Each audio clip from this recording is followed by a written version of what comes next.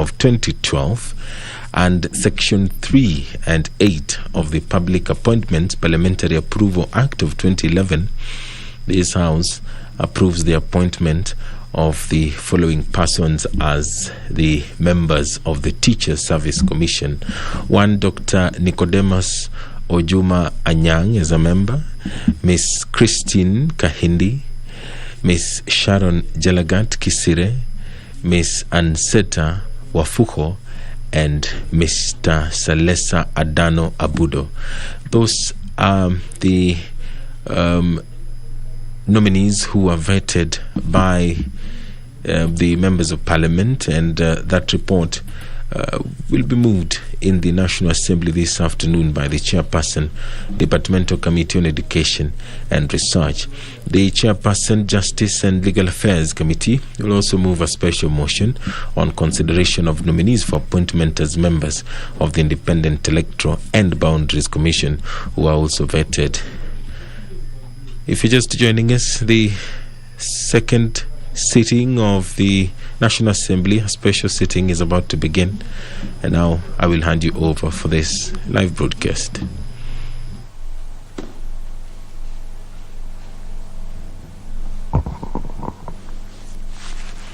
Let us pray. Almighty God, who in your wisdom and goodness have appointed the office of leaders and parliaments for the welfare of society and the just government of the people, we beseech you to behold with your abundant favor as your servants whom you've been pleased to call to the performance of important trust in this republic. Let your blessings descend upon us here assembled, and grant that we treat and consider all matters that shall come under our deliberation in so just and faithful manner as to promote your honor and glory, and to advance the peace, prosperity, and welfare of our country, out of those whose interests we are committed to our church. Amen.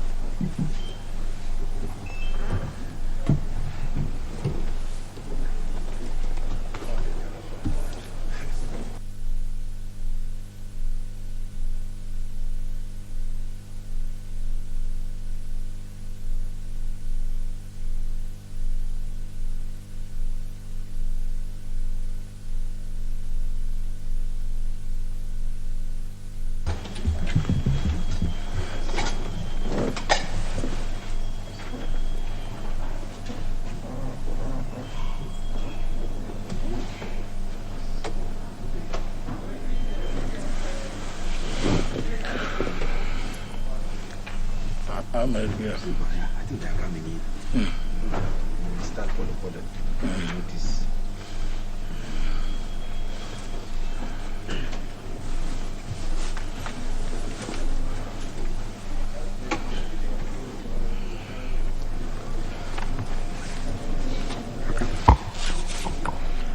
Order number 1, administration of oath.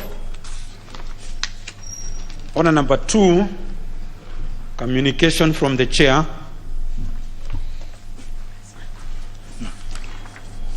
Order number 3, messages.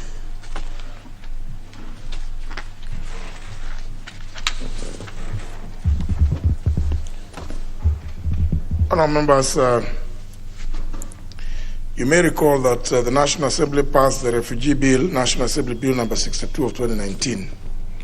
The bill was sponsored by the leader of the majority party. Following its passage, I did present the bill for assent to His Excellency the President in accordance with provisions of the Constitution and our standing orders. However, in excess of the powers conferred under Article 115, Clause 1, Paragraph B of the Constitution, His Excellency the President, by way of a memorandum dated 11th August 2021, has referred the bill back to the National Assembly for reconsideration. Our members, in his memorandum, the President has expressed reservations on the following clauses of the bill. Clause 2 of the bill, which defines the term transit center. The President recommends that the definition of transit center be amended to also include a prison, immigration detention center, police station, remand home, or any other similar place that may be designated as a transit center.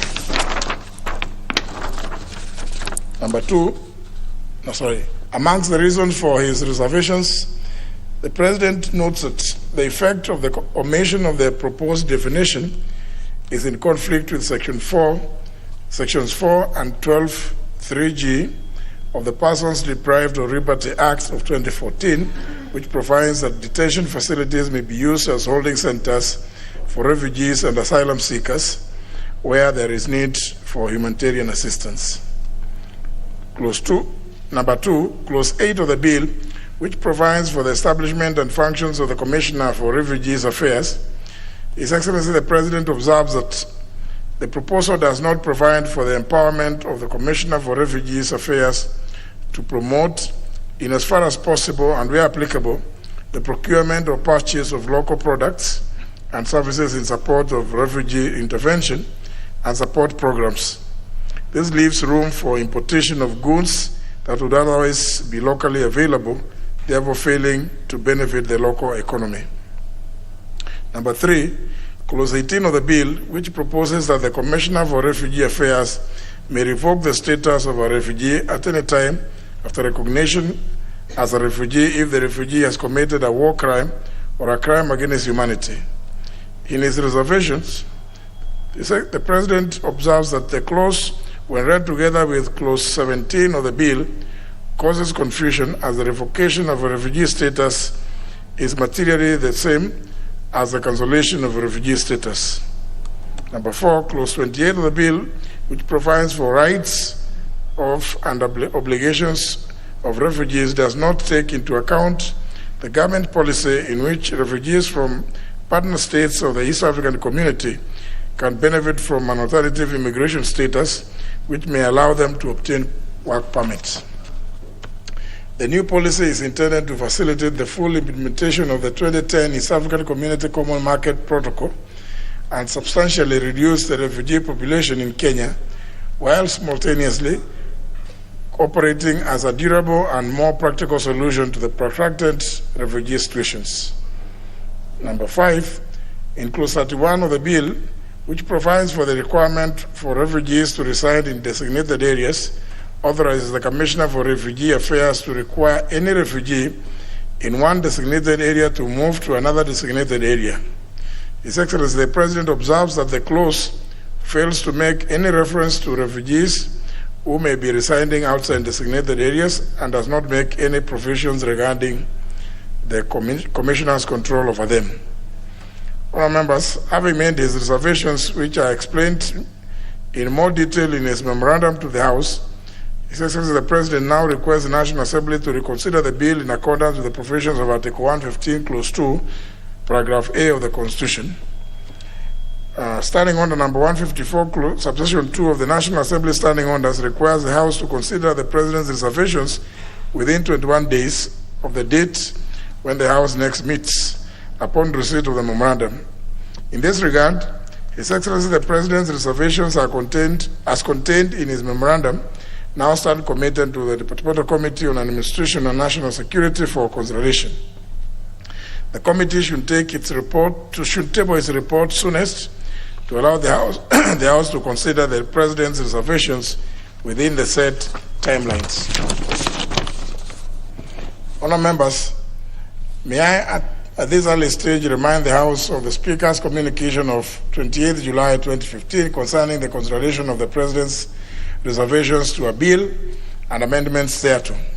I particularly drew your attention to my guidance that the voting threshold for the passage of the amendments proposed by a committee or an individual member that have the effect of fully accommodating the President's reservations is a simple majority as contemplated under Article 122, subsection 1 of the Constitution, as read together with Article 115, Clause 2, Paragraph A.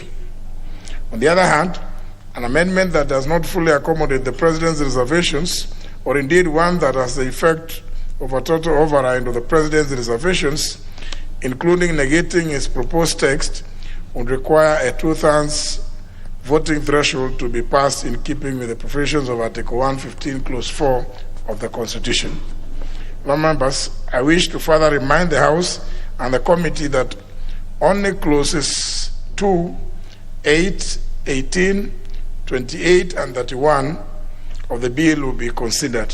I therefore direct the clerk to circulate the memorandum of His Excellency the President to all members so that they familiarize themselves with its contents. I thank you.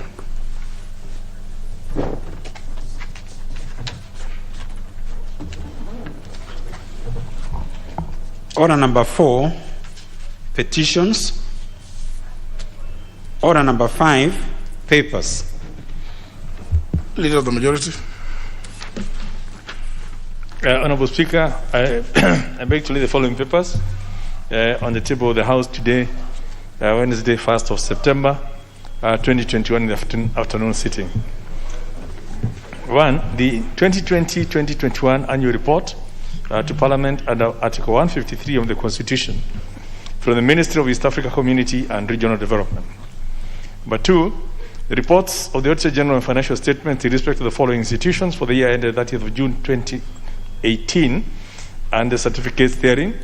Kirwa Technical Training Institute, and B, the National Water Harvesting and Storage Authority.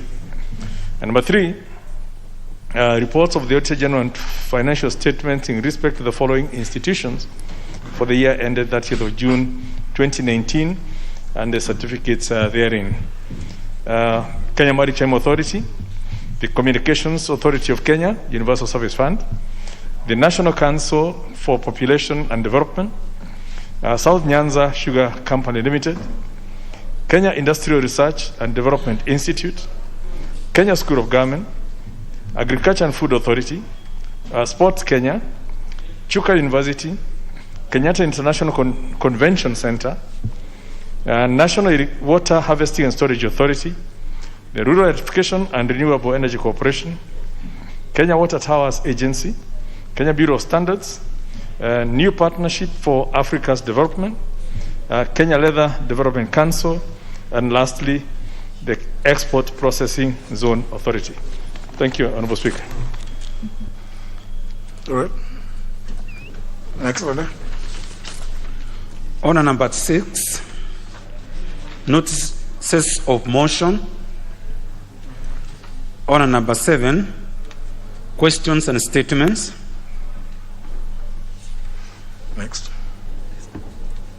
Order number 8, special motion, consideration of nominees for appointment as members of the Teachers Service Commission. The chairperson. You don't have a card? Yes. Thank you, Mr. Speaker. Honorable Speaker, I beg to move the following motion: that taking into consideration the findings of the Departmental Committee on Education and Research in its report on the vetting of nominees for appointments to the Teacher Service Commission, laid on the table of the House on Wednesday, September 1st, 2021, and pursuant to the provisions of Article 252B of the Constitution, Section 8(8) of the Teacher Service Commission Act 2012, and Section 3 and 8 of the Public Appointments Parliamentary Approval Act 2011, this House approves the appointment of the following persons as members of the Teachers Service Commission. Number 1, Dr. Nicodemus Ojuma Anyang, member. 2, Ms. Christine K. Kahindi, member. 3, Ms. Sharon Jelagat Kisire, member. 4, Ms. Ansenta G. Wafuko, member. And lastly, Mr. Salesa Adano Abudo, member. Honorable Speaker, in keeping with the requirements of Standing Order 42.2 on Thursday, 12th August 2021, you conveyed a message from His Excellency, the President, to the House on nomination of the 5 persons for appointment to the position of member for the Teacher Service Commission.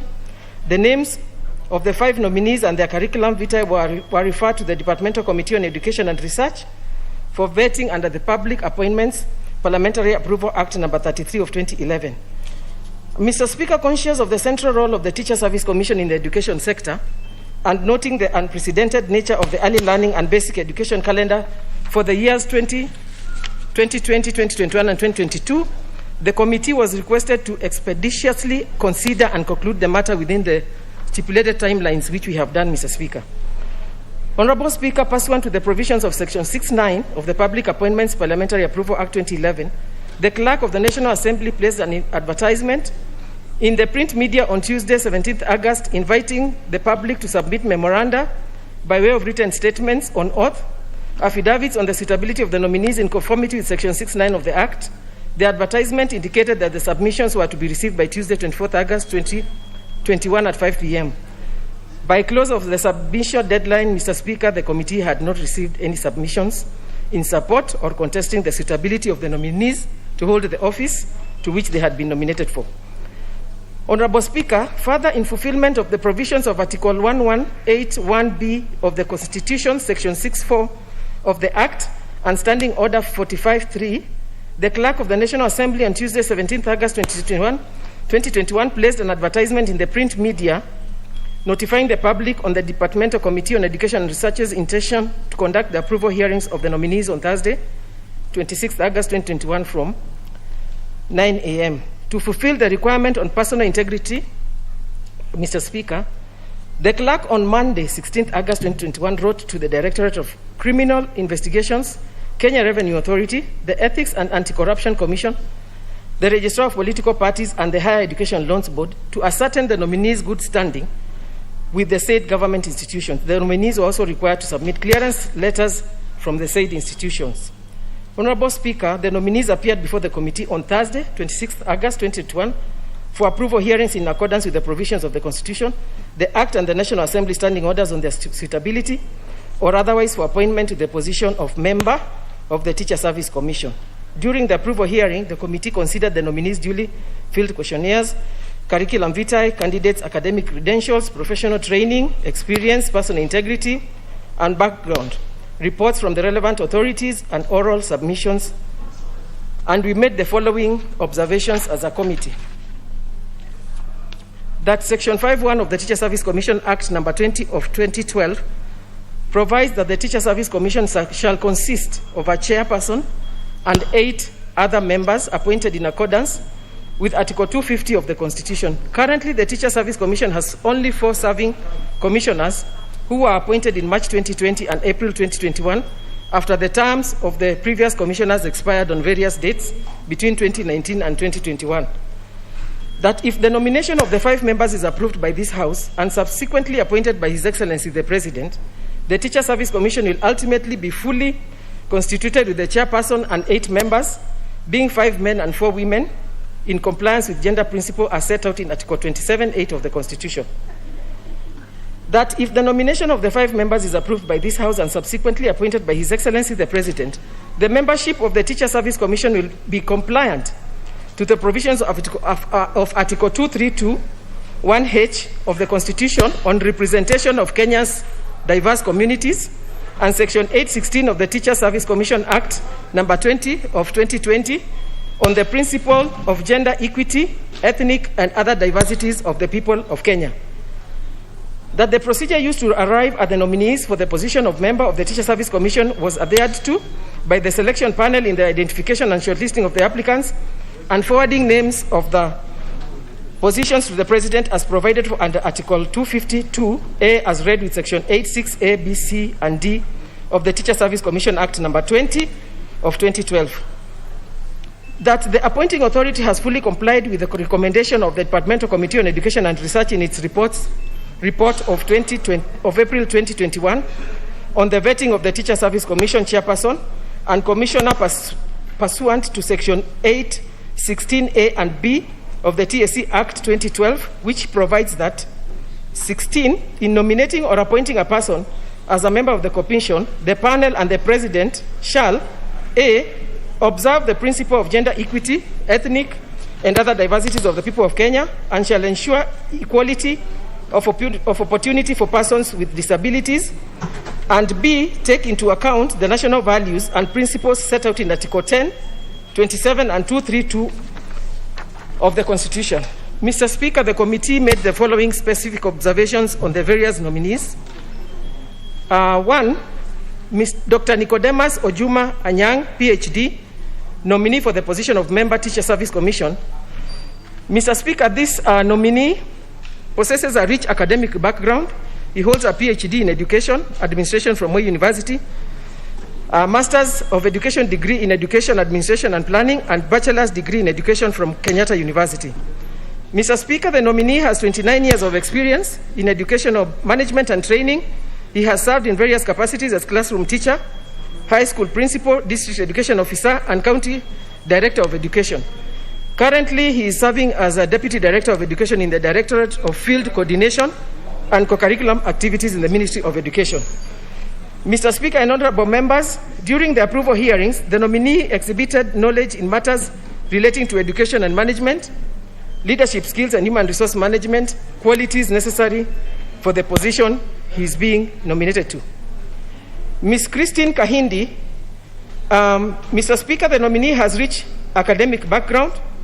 She holds a master's degree in education and administration from the University of Nairobi and Bachelor of Education degree from Kenyatta University. In addition, she holds a diploma in education management from the Kenya Education Management Institute, KEMI. The nominee also holds a diploma in education humanities from Siriba Teachers College. The nominee has 36 years of experience in matters relating to education and training. She has served in various capacities as a teacher and principal until recently when she retired from Teacher Service Commission. And that during the approval hearing, she also exhibited knowledge in matters relating to education, management, and leadership skills, qualities necessary for the position she is nominated to. Ms. Sharon Jelagat Kisire, Mr. Speaker, the nominee has a very rich academic background. She holds a Bachelor of Arts degree from Kenyatta University, awarded in 1993, Master of Arts in Sociology from Kenyatta University, and is currently pursuing a doctorate degree in human resource in Strathmore University. The nominee holds a diploma in human resource management from the Kenya Institute of Management, a diploma in executive leadership coaching, and is a certified secretary examined and qualified by CASNEP in 2004. The nominee is an experienced organizational behavior and human resource professional with over 20 years experience in the field of human resource management, governance, and administration, having worked in senior positions in various reputable organizations, both in the public and private sector, and currently she's running a human resource management consultancy firm as a lead consultant.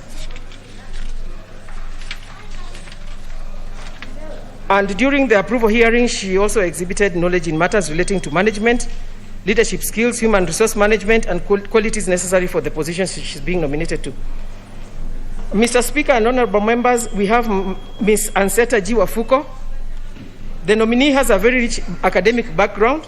She holds 2 master's degrees, Master of Business Administration, Strategic Management, and Master of Education Planning from the University of Nairobi. She also holds a Bachelor of Education degree, Economics and Commerce from the University of Nairobi. That the nominee has 15 years experience in the field of education and legislative policy and analysis. She currently serves as a parliamentary training officer at the Center for Parliamentary Studies and Training. And that during the approval hearing, the nominee also exhibited knowledge in matters relating to training, leadership skills, policy analysis, qualities necessary for the position she's nominated to. Finally, Mr. Speaker, we have Mr. Salesa Adano Abudo. This nominee has a very rich academic background. He holds a master's degree in international education management from the University of Leeds, United Kingdom, and a Bachelor of Education degree from Kenyatta University. That the nominee is a seasoned education administrator with 36 years experience in educational policy formulation and implementation at various levels in the education sector, having started as a primary school teacher in 1985 and rising through the ranks to the level of County Director of Education. He possesses skills in human resource and management, development of educational policy, strategies and programs to improve teaching and learning delivery. That the nominee experience comprises 8 years of teaching in primary and heading 1 year as a tutor at Meru Teachers College, 1993, and 30 years experience in education administration and management, where he served in various regions of the country in various capacities, such as Deputy District Education Officer and rising to the level of Deputy Director of Education, County Director of Education. Currently, Mr. Speaker, he is serving as Director of Education in Kitui County. That the nominee also exhibited knowledge in matters relating to training, education and management leadership skills and human resource qualities necessary for the position he is nominated to. Mr. Speaker, based on the oral submissions during the approval hearings, all the nominees demonstrated abilities, knowledge, understanding and experience, qualities necessary for appointment as member, Teacher Service Commission, as is prescribed under Article 253 of the Constitution, Section 6(1) A, B, and C of the Teacher Service Commission Act, number 2020 of 2012, and Section 6(7) and 7(c) of the Public Appointments Parliamentary Approval Act, number 33 of 2011. And Mr. Speaker, that based on the evidence submitted during the approval hearing, all the nominees met all the constitutional and statutory requirements necessary for appointment as member, Teacher Service Commission, as is provided for under Article 253 of the Constitution, as read with Section 6(1) ABC of the Teacher Service Commission Act, number 20 of 2012, and Section 7B of the Public Appointments Parliamentary Approval Act, number 33 of 2011.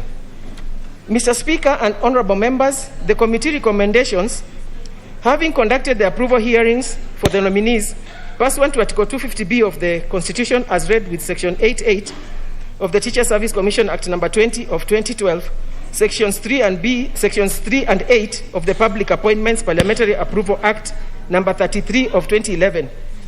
The committee recommends that this House, 1, approves the nomination of Dr. Nicodemus Ojuma Anyang, PhD, for appointment to the position of member of the Teachers Service Commission. 2, approves the nomination of Ms. Christine K. Kahindi for appointment to the position of member of the Teacher Service Commission.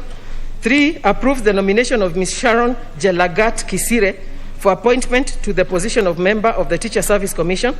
4, approves the nomination of Ms. Ansenta G. Wafuko for appointment to the position of member of the Teacher Service Commission. And finally, number 5, approves the nomination of Mr. Salesa Adano Abudo for appointment to the position of member of the Teacher Service Commission. Mr. Speaker, I must take this opportunity to recognize the push by the departmental committee members to have all commissioners on board, and I also thank His Excellency the President for the timely nomination. Thank you, Honorable Speaker, and now I call upon Honorable Professor Tuitoek to second the motion. Thank you, Mr. Speaker. Professor Tuitoek. Honorable Speaker, I beg to second the motion that this House approves the nominees, the appointment of the nominees for appointment as members of the Teacher Service Commission.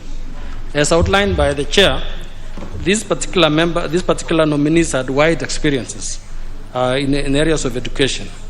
Most of them have served as teachers over most of their life. Like, for example, Dr. Ochuma Anyang had about 29 years working in the education sector. Christine, who is a retired officer or a retired teacher, had actually worked for over 36 years teaching in several schools and rising to the position of principal until she retired in 2020. The nominee, especially Christine, comes from the coast and could really add value to the issues concerning education in that area. Sharon Kisire showed that she's worked in various senior management levels in various organizations such as KWS, National Oil Corporation of Kenya, Safaricom, in issues dealing with matters HR. And therefore, her experience will really come in handy, especially in HR matters at the Teacher Service Commission. The other members, Wafuko, Abudo, they also worked closely with education officers, especially Abudo, who has worked in various areas as a district education officer. He's worked for many years and could come in handy in terms of handling matters education.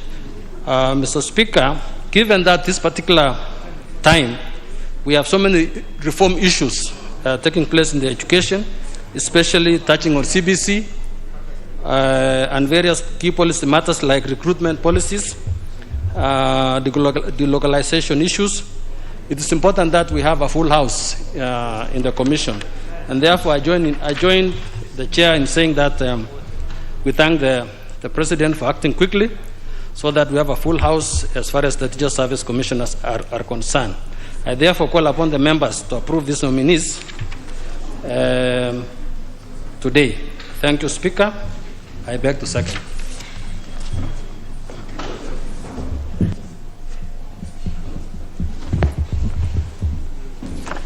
Honourable members, I propose the question, which is that taking into consideration the findings of the Departmental Committee on Education and Research in its report of the vetting of nominees for appointment to the Teacher Service Commission, laid on the table of the House today, Wednesday, 1st September 2021, and pursuant to the provisions of Article 251, Clause 2, Paragraph B of the Constitution, Section 8, Subsection 8 of the Teacher Service Commission Act of 2012, and Sections 3 and 8 of the Public Appointments Parliamentary Approval Act 2011, this House approves the appointment of the following persons as members of the Teacher Service Commission. 1, Dr. Nicodemus Ojuma Anyang. 2, member. 2, Ms. Christine K. Kahindi, member. 3, Ms. Sharon Yelagat Kisire, member. 4, Ms. Anseta G. Wafuko, member. And 5, Mr. Salesa Adano Abundo, member. Leader of Majority. Thank you, Honourable Speaker. Honourable Speaker, I rise to support these reports of the committee. And let me start by commending the committee for the work they've done in going through the names that were forwarded to this House by His Excellency the President, ensuring they're in compliance with the law, taking them through the interviews, listening to all the stakeholders who appeared before them, and eventually coming with a rather convincing report on why this House should approve these nominees. Mr. Speaker, these nominees are products of a process that began with the advertisement. And from the report of the committee, we picked that there's 299 people who expressed an interest to serve as commissioners. And at this point, allow me to also then commend the selection panel who went through those 299 names and sieved them through to come up with 12 that were eventually handed over to His Excellency the President with a very easy duty, the very clear ranking and all the details that pick the 5 that you feel best represents the face of Kenya, the diversity, the gender, and indeed it spreads also in terms of the age profile, the demographics. You see some in their 40s, some in their 50s, and some in their 60s. And Honourable Speaker, today I'm a very happy person. Because when you look at the 5 nominees, you're seeing people who have gone to school.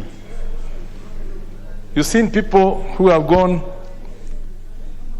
who are not just going to superintend over the commission that manages teachers, but they themselves have received adequate education. Because we've done in this House and appointed members to commission who have doubtful qualifications, and then they go and superintend over other as commissioners. But today, I'm happy, and I really want to commend the panel that produced these names to His Excellency the President, so that he's not straitjacketed into choosing from a group that was not fitting. This afternoon, we are called upon to obviously do our duty, which has been made very easy by our committee. And I want to really thank the chair. She's been very active. She's been kept me up to date in terms of what's been happening. And hence, I was very happy with the process. That when we said, can you ensure that you have this report by the weekend, they actually delivered, so that today we can be able to meet the deadlines. Since the report is very clear in terms of the processes and the compliance with the law, I don't want to get there. But I'm just happy to note that from the 299, we then had 35 names, which were then shortlisted into 12. Honourable Speaker, allow me to also recognize one of our own from Parliament, who I've had the pleasure of working with when I was in the Education Committee. And to see her making it to that level gives me great pleasure that all dreams are valid. Honourable Speaker, I know I met some people who are asking me, how come so-and-so has been picked and not me? And I said, did you apply? And the person said, no. Did you see the advert? No. Did you know there was an advert? No. And the question was, how do you expect to win the lottery when you not even bought the ticket? So, for all the applicants, the 299, I want to congratulate them. First of all, for having the passion to serve, waiting to see the advert, responding to the advert, having the guts to respond to the advert, because there are so many Kenyans who are now these days fearing to respond to an advert because they don't want to be taken through the rigmarole. But for those who are daring enough, I really want to congratulate them that they have put all their details to scrutiny, and it's only the brave who will be rewarded. As Shakespeare said, cowards die many times before their death. So for those who fear to even apply, they cannot then come and say, how come so-and-so was taken? And me, I've not, yet I think I qualify. But you've not even applied. So I want to really congratulate Ansita Wafuko for being daring enough, having gone through Parliament and then faced the panels until parliamentary, and now she's on her way to becoming a commissioner for the Teacher Service Commission. And indeed, when you look through all the others, you see people who have a passion for academia. You see the research they've done. You see the qualifications, the journals they've written.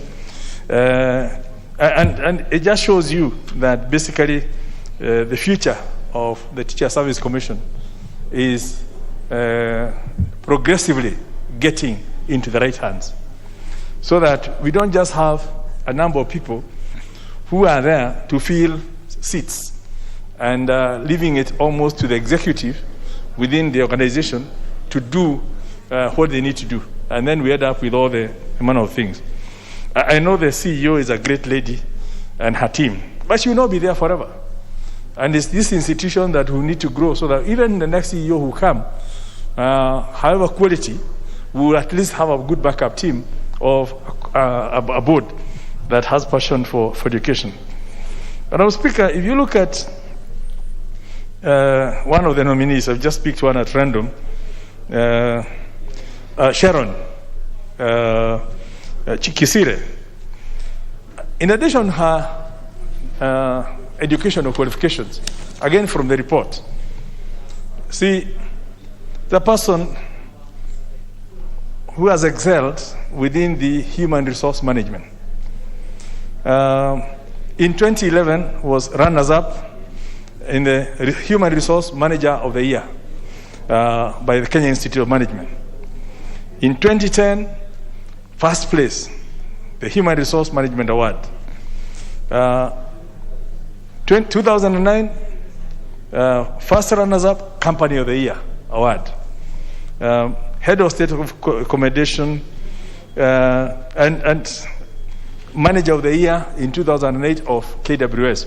So you're really looking at somebody who has not only managed people, but has excelled and been recognized by other people as a super manager. And you see, I'm highlighting this because the role of the Teacher Service Commission is to manage the teachers. And when you have that kind of resources, we believe that perhaps the TSC will be in the right hands. So, like I said, I'm so happy with the report that the committee has done. It's given us all the details, and we don't even have to look for, adding up numbers, because, the facts speak for themselves. And hence, I have absolutely no reason for not supporting this report, and I wish to ask that members we support. It also has really the diversity, the regional diversity, and if you add up now with the other 3 commissioners who are already in place, you have the whole face of Kenya within the Teachers Service Commission. So again, a good thing need not be over-advertised. I believe the report speaks for itself. The people have spoke for themselves.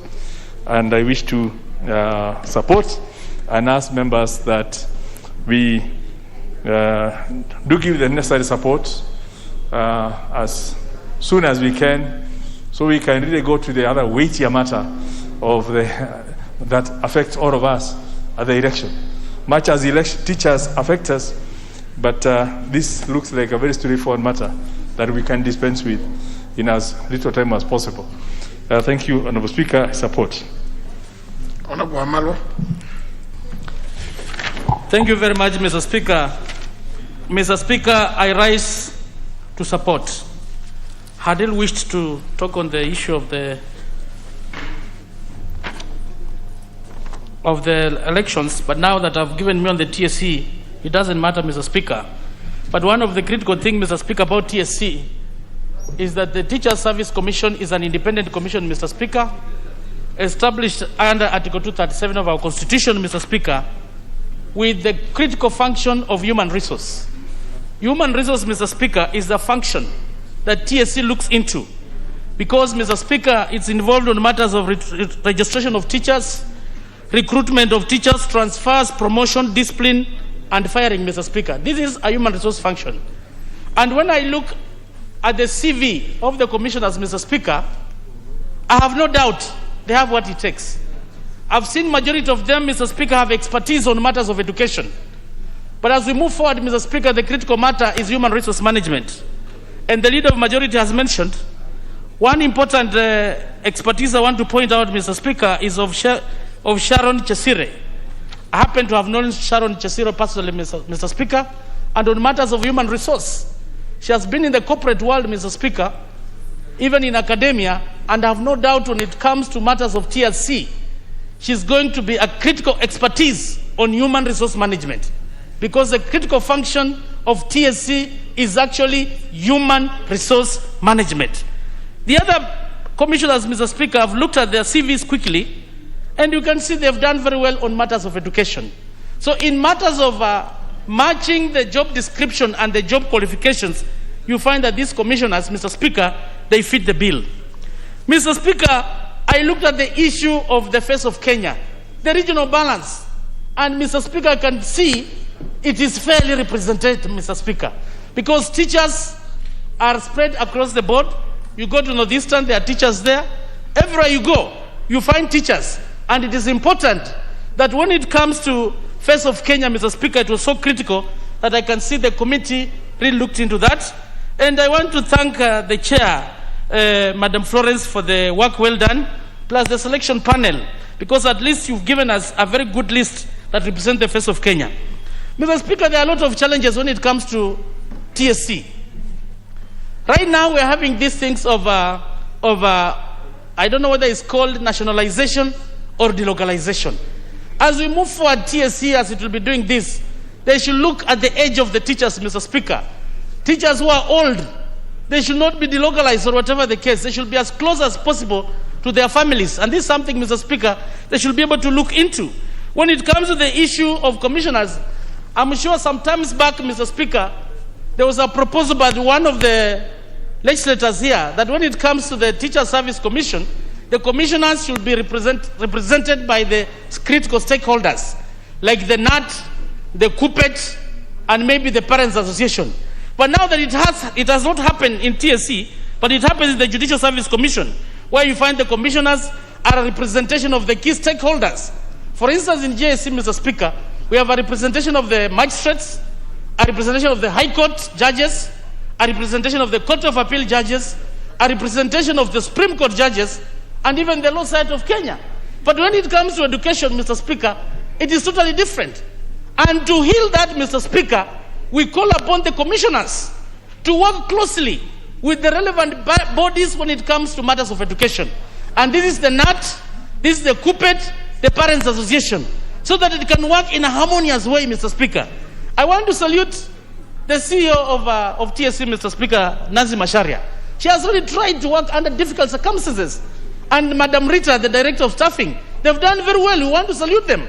And this commission, as it goes there, Mr. Speaker, I have no doubt they're going to add value as far as the welfare of the teachers is concerned in this country, Mr. Speaker. And I call upon the honorable members, we support this so that we can pass it, Mr. Speaker, because education, Mr. Speaker, is very critical. I read about Nelson Mandela, and the late Nelson Mandela, the president of South Africa, said that education is the most powerful tool that you can use to change the world. Right now, there are a lot of changes happening, Mr. Speaker. And for you to bring changes to somebody who has gone to school properly, Mr. Speaker, you find it becomes easier to bring that change, as opposed to people maybe who are not well schooled. They tend to be resistant to change. So, as I support this, Mr. Speaker, we also call upon that we finish this quickly, Mr. Speaker, because it has no issues, so that we move to the IEBC. That is where the fire is, Mr. Speaker, so that we can move with speed, so that the IEBC commissioners can also be approved as quick as possible, so that we have a quorum, so that they can be able to sit and prepare for the general elections in 2022. Thank you, Mr. Speaker, and I support. Honorable Badi. Thank you, Mr. Speaker. Mr. Speaker, let me also join my colleagues in praising and thanking the committee for job well done, and the chair of the committee, who is a prominent member of my party, Honorable Florence Mutua. If you look at the report, Mr. Speaker, I wanted to start from there. The way the report has been drafted is, Mr. Speaker, is very orderly and very easy to read. Sometimes we get reports, Mr. Speaker, in this House, and I want to also thank the clerks or the clerk of this committee for doing a report that is properly arranged. Sometimes we have reports in this House that are very difficult to read, or you really require time to make anything out of it. But, Mr. Speaker, I just want to say a couple of things. Number one, our role as an approving institution needs to look at specific areas. We are actually not expected to interview afresh the nominees. That is not our work. Our work is first to look at the qualifications to see if the nominees meet the minimum qualification requirements. And that is clearly evident from the report, Mr. Speaker. We have Nicodemus with PhD, others with masters, and all in relevant fields. 4 of them solid education background, and 1 with very extensive knowledge in HR and organizational behavior, as my colleagues have rightly put it. The second thing that we may need to look at is fairness in the process, in the entire process. The process started or began from the report with applications from 299 Kenyans. Out of that, the panel shortlisted 35 qualified Kenyans who are then interviewed, and 12 names forwarded to the president. And these 12 names, if you look at the list, you realize that the president has picked number 2, number 3, number 4, number 6, and 7. So the only people who have been left who scored very high marks is number 1 and number 5 in the list. And that clearly comes out because of regional representation, because you can see number 1 was from Embu, and then number 5 was from Murang'a. And I think already in the commission, we have representations from those regions. The fact that Ateso from Busia is getting considered, who is qualified and having a PhD, is being qualified for appointment. This is what in Kenya we have been calling for, Mr. Speaker, that we should also ensure that those who are coming from minority communities are given equal opportunity as the others from the dominant communities. The fact that Agabra Adano Abudo is also being considered, again from a minority community from Marsabit County, I think is laudable. We also, of course, have Wafuko, who is actually a lawyer from Nairobi, and we have Sharon Chelagat, who is from Elgeyo Marakwet, Kalenjin, and of course there is Christine Kahindi from Kilifi, Akamba from Kilifi. So in terms of representation, regional representation, which this House should also be considering, and inclusivity in terms of minorities is well taken care of. The issue of gender, Mr. Speaker, again, I want to say is also well taken care of, because out of the 5 nominees, 3 are women, and that then added to the commissioners who are in place, then I think we have a good mix. Mr. Speaker, I don't have much to say. I only want to add that I think something that we need to say about the commission, the TSC, is that in terms of fairness, especially in recruitment of teachers, I think if we look at the recruitments that go on in the country, that one of TSC is much better, because there is a criteria. Even if you look at the recent recruitment, you will find that those who have been interns are given higher marks compared to those who have not, and those who have had many years outside in the field are given higher marks. This I want to credit to the Commission and to the CEO. I think they have done a good job. We hope that other agencies which are also doing recruitment in this country, like the military, the police, they should also exercise fairness in a manner that can be verifiable and that can be seen to be fair. Mr. Speaker, I support. The Honorable Chepkut Chirchir. Mr. Speaker, sir, I rise to support the approval of these members, Dr. Nicodemus, Ochuma, Oyang, Christine, Kaindi, Sharon Chelagat Kisire, Anesite Wafuko, and Selisa Adono Abundo. Actually, Speaker, this is a face of Kenya. When it comes to balancing probabilities, balancing act, I support His Excellency. He has really balanced. So I'm happy. I'm very happy indeed. I want to talk about the role of commissioners. One is to register trained teachers, recruitment, and so on and so forth, promotion, transfers, disciplinary. But Nancy Macharia in particular, I salute her. She's doing a good job. With this team, when it comes to knowledge, when it comes to experience, Dr. Nicodemus, he has 29 years. But let me talk about Sharon Kisire. She comes from my own constituency, Kapsunde location, Kapsunde sub-location, and Jepkero location. She's a very competent lady.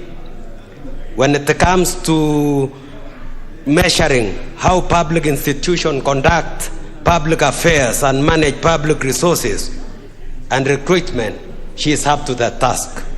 So without much ado, Speaker, sir, I want us to, I'm pleading with all honorable members, let's approve this one and we go to IEBC. And tell His Excellency we love him. He's the 5-star general. Thank you for appointing one of me. So thank you. Member for Matayos. Thank you, Honorable Chair. I also want to state that from the beginning I support the motion as laid before Parliament by the Chair of the Education Committee. Yeah. Mr. Speaker, vetting is different from interviewing, and as a committee, when names of nominees are brought for vetting, it means just like confirming what has been brought from the nominating office. And Mr. Speaker, we did just that. There were quite a number of many qualified Kenyans who have become commissioners, but we just had to have the few that we need for the time being, and to have the face of Kenya, to have diversity, which has been a problem, Mr. Speaker, in the last few years. Because the commission, Mr. Speaker, you remember very well, we one time here on the floor of the House had to lament because we didn't have enough commissioners. And indeed, we really had wished and still wish that the CEO starts the process of nominating commissioners some few months before the lapse of the existing one, so that we don't have gaps existing the way it has been. It makes the services of the commission to the teachers to lack the quality that it requires. And we are happy that at least we have moved to this level. Mr. Speaker, I know Dr. Anyang, having come from Busia, I even went to school with him. He was a year ahead of me. He went to seminary, and after seminary, he joined me at Nambale Boys High School, and he is indeed a very humble, articulate, someone that is very effective and fair, someone that can be relied upon. That is why he has taken his time to grow to the level that he is serving at the ministry. Anzeta, I have also known her for the last 2 terms, almost 2 terms that I have served in Parliament, because she served in the Committee of Education, and she's indeed a very diligent worker, someone that can be relied upon, someone that I'm sure will help us get good services from the Teacher Service Commission. And the other members that you have seen, the nominees, who have a variety of qualifications, like in human resource management, which is very critical because the Teacher Service Commission itself is about human management, and the other candidates or nominees that you have seen. Mr. Speaker, I don't want to belabor so much, but to urge the House that we approve the nominees as forwarded here by the Teachers Service Commission. Thank you, Mr. Speaker. Honorable Bayu. Asante, Mr. Speaker. Nasimama kuunga mkono mswada huu wa kuweza kuchaguliwa hawa makamishena wa TSC. Mheshimiwa Speaker, nataka kuunga mkono hasa kwa kuweza kuweka makomishena kina mama ili kuongezea ile namba ambao wale ambao wako pale kwa TSC. Nitakuzungumzia tu Commissioner Madam Christine Kahindi ambaye anatoka kule Kilifi. Amekuwa mwalimu kwa miaka mingi, ameweza kuweka nidhamu kwa zile shule ambao amefundisha, ameweza kuelekeza watoto. Ni mwalimu ambaye amekuwa wa hali ya juu. Alikuwa mwalimu bora zaidi katika jimbo la Kilifi mwaka wa 2017, na katika zile shule ambaye amefundisha, Jaribuni Secondary, Kilifi Township, Majaoni Secondary na Katanangala Girls. Huyu ni mwalimu wa kike ambaye ameleta nidhamu. Hakuna wakati hata mmoja katika shule zake wanafunzi waligoma, wanafunzi walichoma.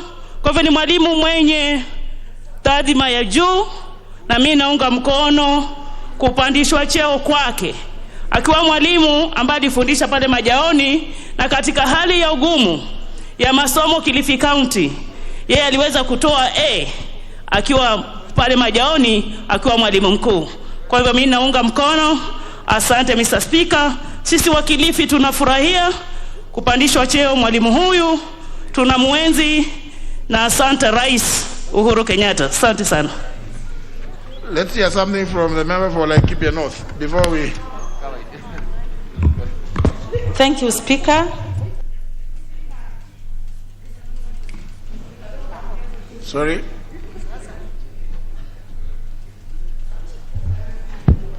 Thank you, Speaker.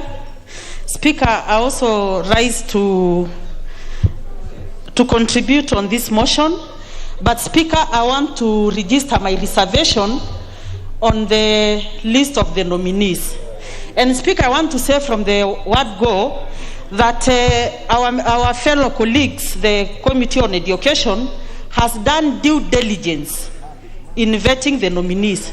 But Speaker, while I was listening to the chairperson of Education Committee, she indeed mentioned, and many members here have mentioned, about the face of Kenya and consideration of the marginalized and minorities.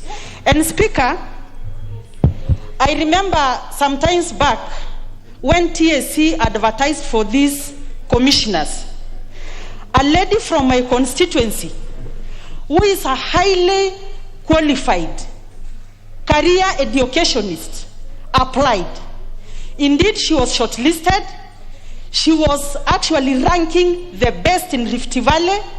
Her name was forwarded to the president, and when the names were brought to this house, then Rift Valley was not brought here, simply because Andorobo, of all the people, was the best qualified in Rift Valley.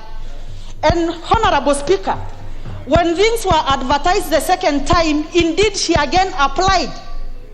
And my guess will be as good as for anybody else. She was not shortlisted because the point was she was not the one wanted for that job. And Mr. Speaker, I must say this, because the first time I made into this house, I came through nomination as a representative of the minorities and the marginalized. And Speaker, for me it is a very sad day. I don't have anything to celebrate about, Mr. Speaker, because this is in contravention of the spirit of the Constitution that clearly says the marginalized and the minorities must have their right and their share. Mr. Speaker, in the government of Kenya, the government today that is led by the Honorable His Excellency Muigai Kenyatta, in all the constitutional commissions, in all the government departments, even in the jobs of ACC, the ones commonly known as DOs, there is not even one single Ndorobo employed in Kenya.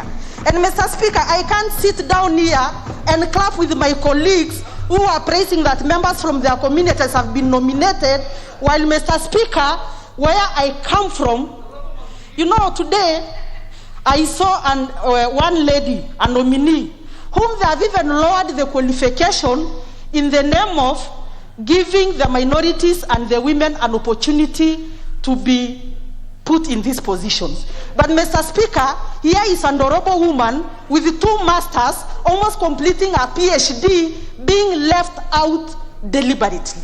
Mr. Speaker, it is a very, very sad thing for me as a member of this house. And Mr. Speaker, I feel the oppression in this country is real. And Speaker, I must say this without fear of contradiction. Initially, we thought the handshake was a very good thing for this country. And indeed it was. But eventually, it shook off all the minorities and the marginalized. Because even now after this, we are going to vet the IEBC commissioners. And we know which regions they will come from. And we'll be told that is the face of Kenya. And my question is, where are the Sengwers of this country? Where are the gems of this country? Where are the Ongets of this country? Where do the Ndorobos of this country go to get employed? Mr. Speaker, I know you are a minority. And from where you sit, minorities don't disappoint. You've been one of the best speakers in this house, Mr. Speaker, despite the fact that you are Ambere. And what makes them think that Ndorobos cannot be TSC commissioners? Mr. Speaker, to me, when you die, When people are killing you, they might think you enjoy dying unless you shout and throw your legs and hands in a manner to suggest that death is very painful. And that is why, Mr. Speaker, today, I must say this in the house, in the floor of this house. Honorable Sarah Korere, there is a point of order from the Honorable Junet. Mr. Speaker, it is not my intention to interrupt the Honorable member. She's doing very well, Honorable Sarah. But, Mr. Speaker, I just want to correct one notion here that she has alluded to. That, Mr. Speaker, she is saying that you're in a minority. The whole spokesman of Mount Kenya region, Mr. Speaker. How can he be a minority, Mr. Speaker? Who was inaugurated the other day here at the Nyagata wa Mukuru Wanganga, Mr. Speaker. I think that's not a point of order, Honorable Junet. Honorable Sarah Korere. Thank you, Speaker. Speaker, so as I conclude, I must say. There's a point of. Do you want to be informed? Yes, Speaker. Yes, Honorable Duale, you want to inform Honorable Korere? The Speaker, I want to inform my sister and the House, Sarah Korere, that in 2013, it was the URP party that nominated her to this House as an honorable. And don't cry. The next government, please bring me that CV as we continue. We will employ all the honorables.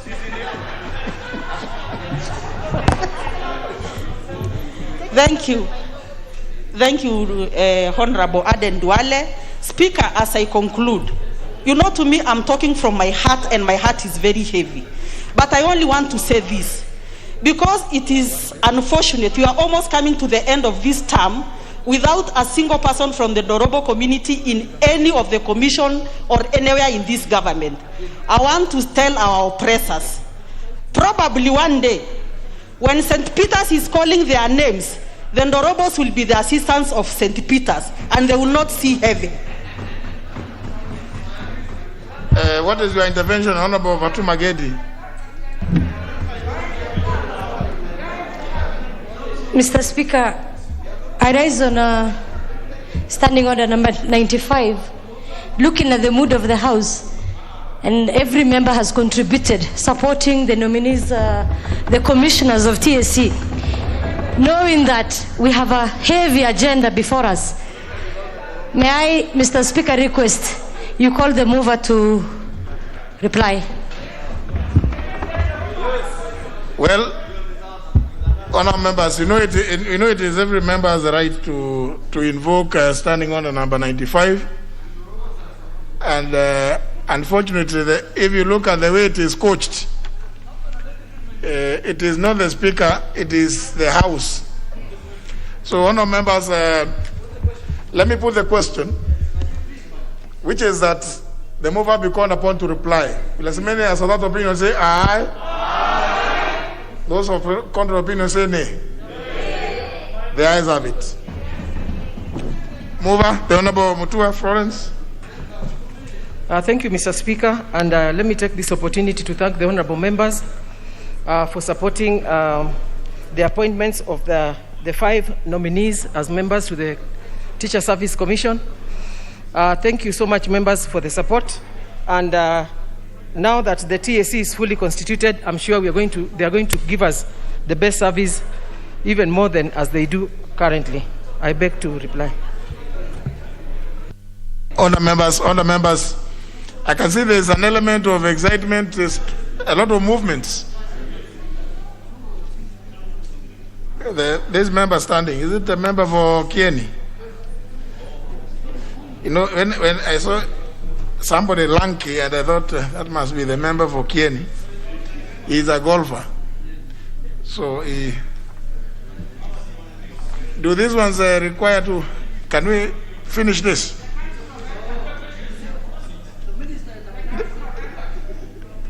The Council of Elders is consulting. Honour members, I will put the question, which is that taking into consideration the findings of the Departmental Committee on Education and Research in its report of the vetting of nominees for appointment to the Teacher Service Commission, laid on the table of the House on Wednesday, today, 1st of September 2021, and pursuant to provisions of Article 250, Clause 2, Paragraph B of the Constitution, Section 8, Subsection 8 of the Teacher Service Commission Act of 2012, and Sections 3 and 8 of the Public Appointments Parliamentary Approval Act of 2011, this House approves the appointment of the following persons as members of the Teacher Service Commission. 1. Dr. Nicodemus Ojuma Anyang, member. 2. Ms. Christine K. Kahindi, member. 3. Ms. Sharon Jelagat Kisire, member. 4. Ms. Anseta G. Wafuho, member. And 5. Mr. Salesa Adano Abundo, member. Will as many as of that opinion say aye? Will as many as contrary opinion say nay? The ayes have it. The ayes have it.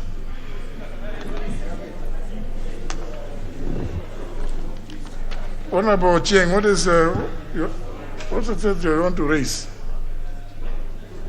The Speaker, if you allow me, because I know the next order is something very sensitive. I wanted to just phrase a point under standing order number 1, Constitution section Article 94 of the Constitution, Mr. Speaker, regarding the ongoing measures to combat COVID-19, Mr. Speaker.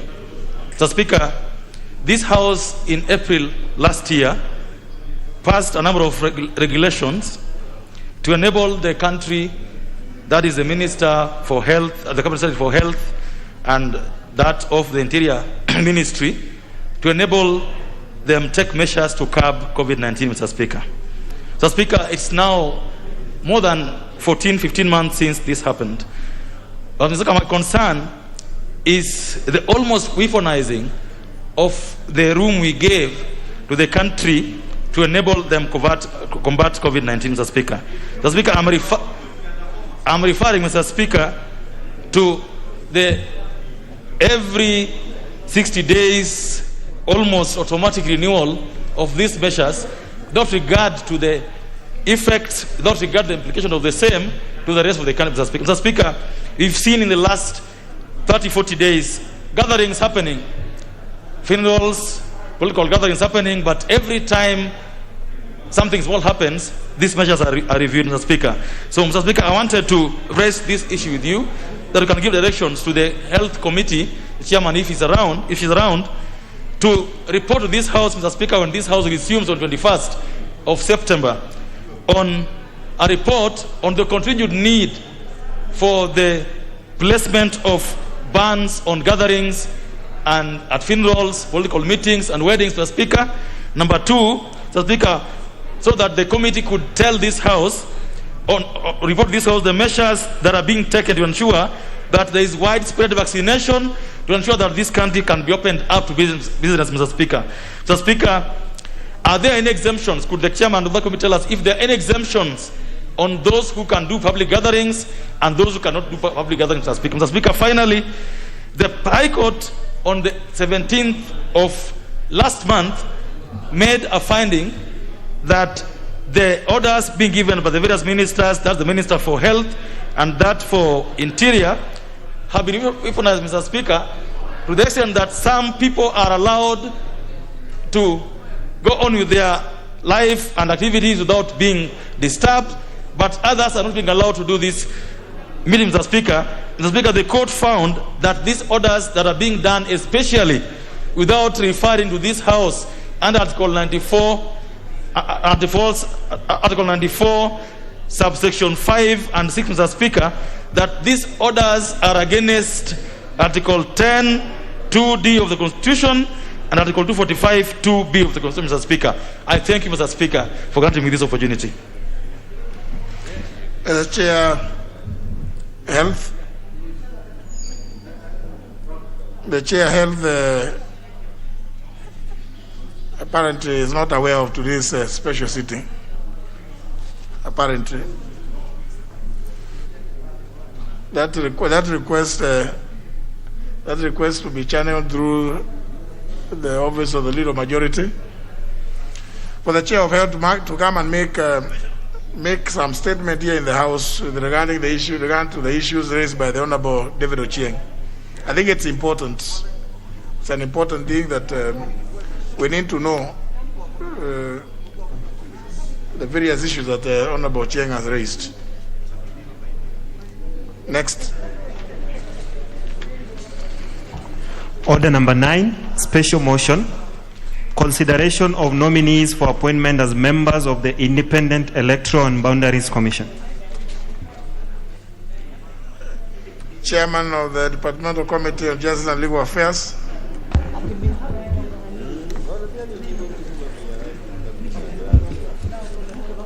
Honorable Speaker, I wish to move the following motion that, taking into consideration the findings of the Departmental Committee on Justice and Legal Affairs in its report on the approval of the hearings for the appointment of Ms. Juliana Honge Cherala, Mr. Francis Madenga Wanderi, Ms. Irene Cherop Masit, and Mr. Justice Abonyo Nyangaya as members of the Independent Electoral and Boundaries Commission, laid on the table of the House on Wednesday, September 1st, 2021, and pursuant to the provisions of Article 250, Sub-Article 2B of the Constitution, Section 7A of the Independent Electoral and Boundaries Commission, Act 2011, Section 8, Section 1 of the Public Appointments Parliamentary Approval Act 2011.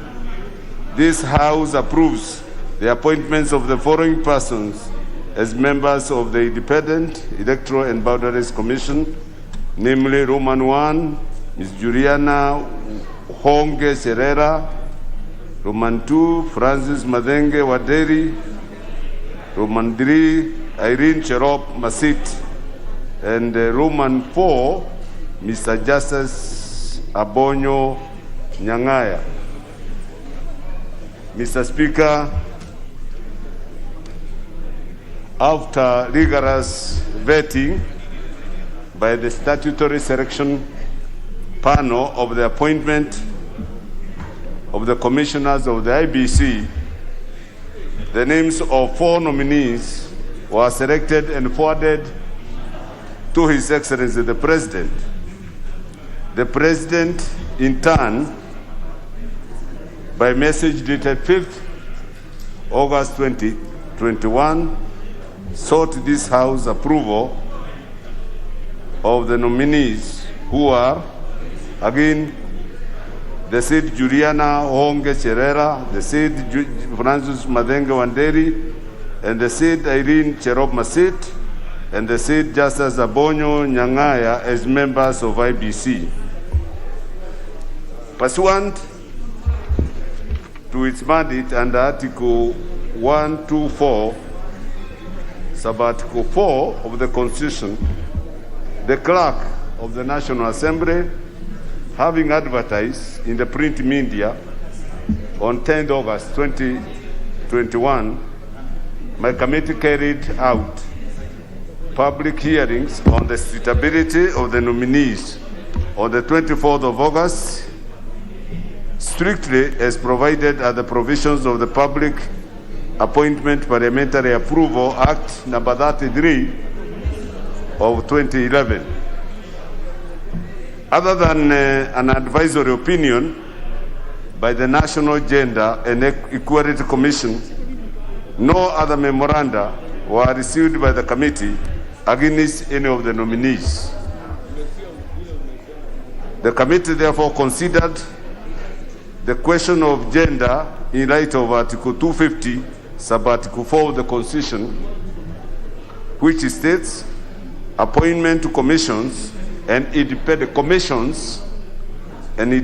offices shall take into account the national values referred to in Article 10, and the principle that the composition of the commissions and offices taken as a whole, Mr. Speaker, I underpin that phrase, taken as a whole, shall reflect the regional and ethnic diversity of the people of Kenya.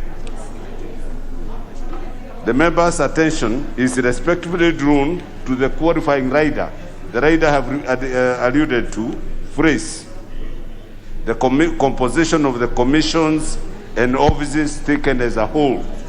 So, I submit, Mr. Speaker, that it is the composite of all the commissions taken as a whole, not one individual commission. The committee's attention was also drawn to the ratio on petition number 4446 of 2016, the National Gender and Equality Commission against Judicial Service Commission, rendered on 12th May 2017, where the court stated that the Supreme Court, then with 5 men and 2 women, was properly constituted.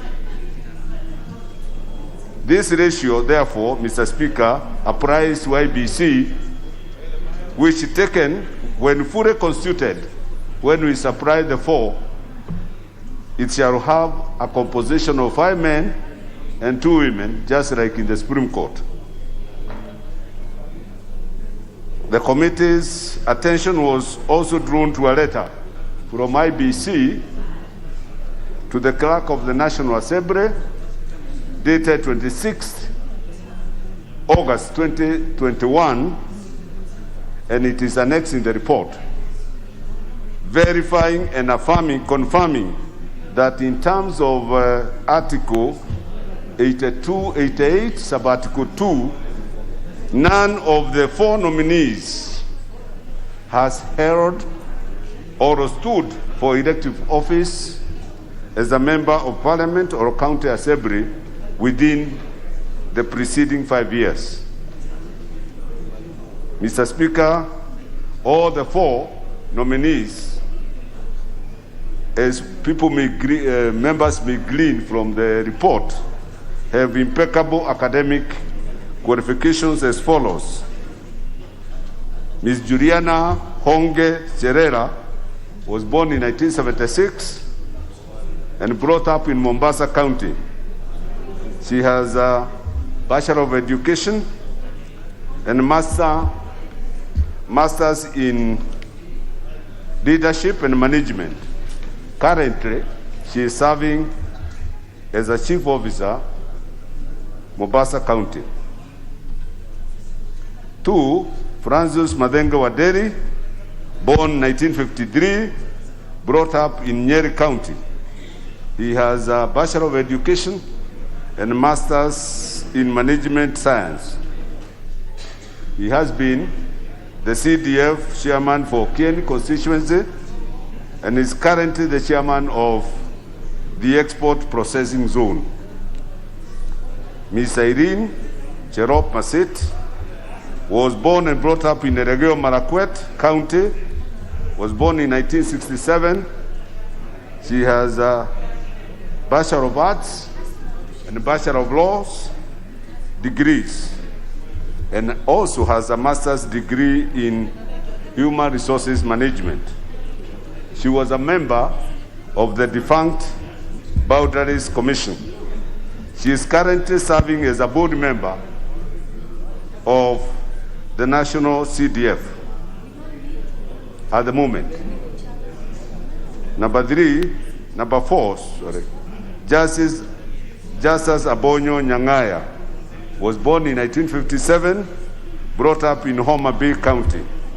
He has a master's degree from University of London.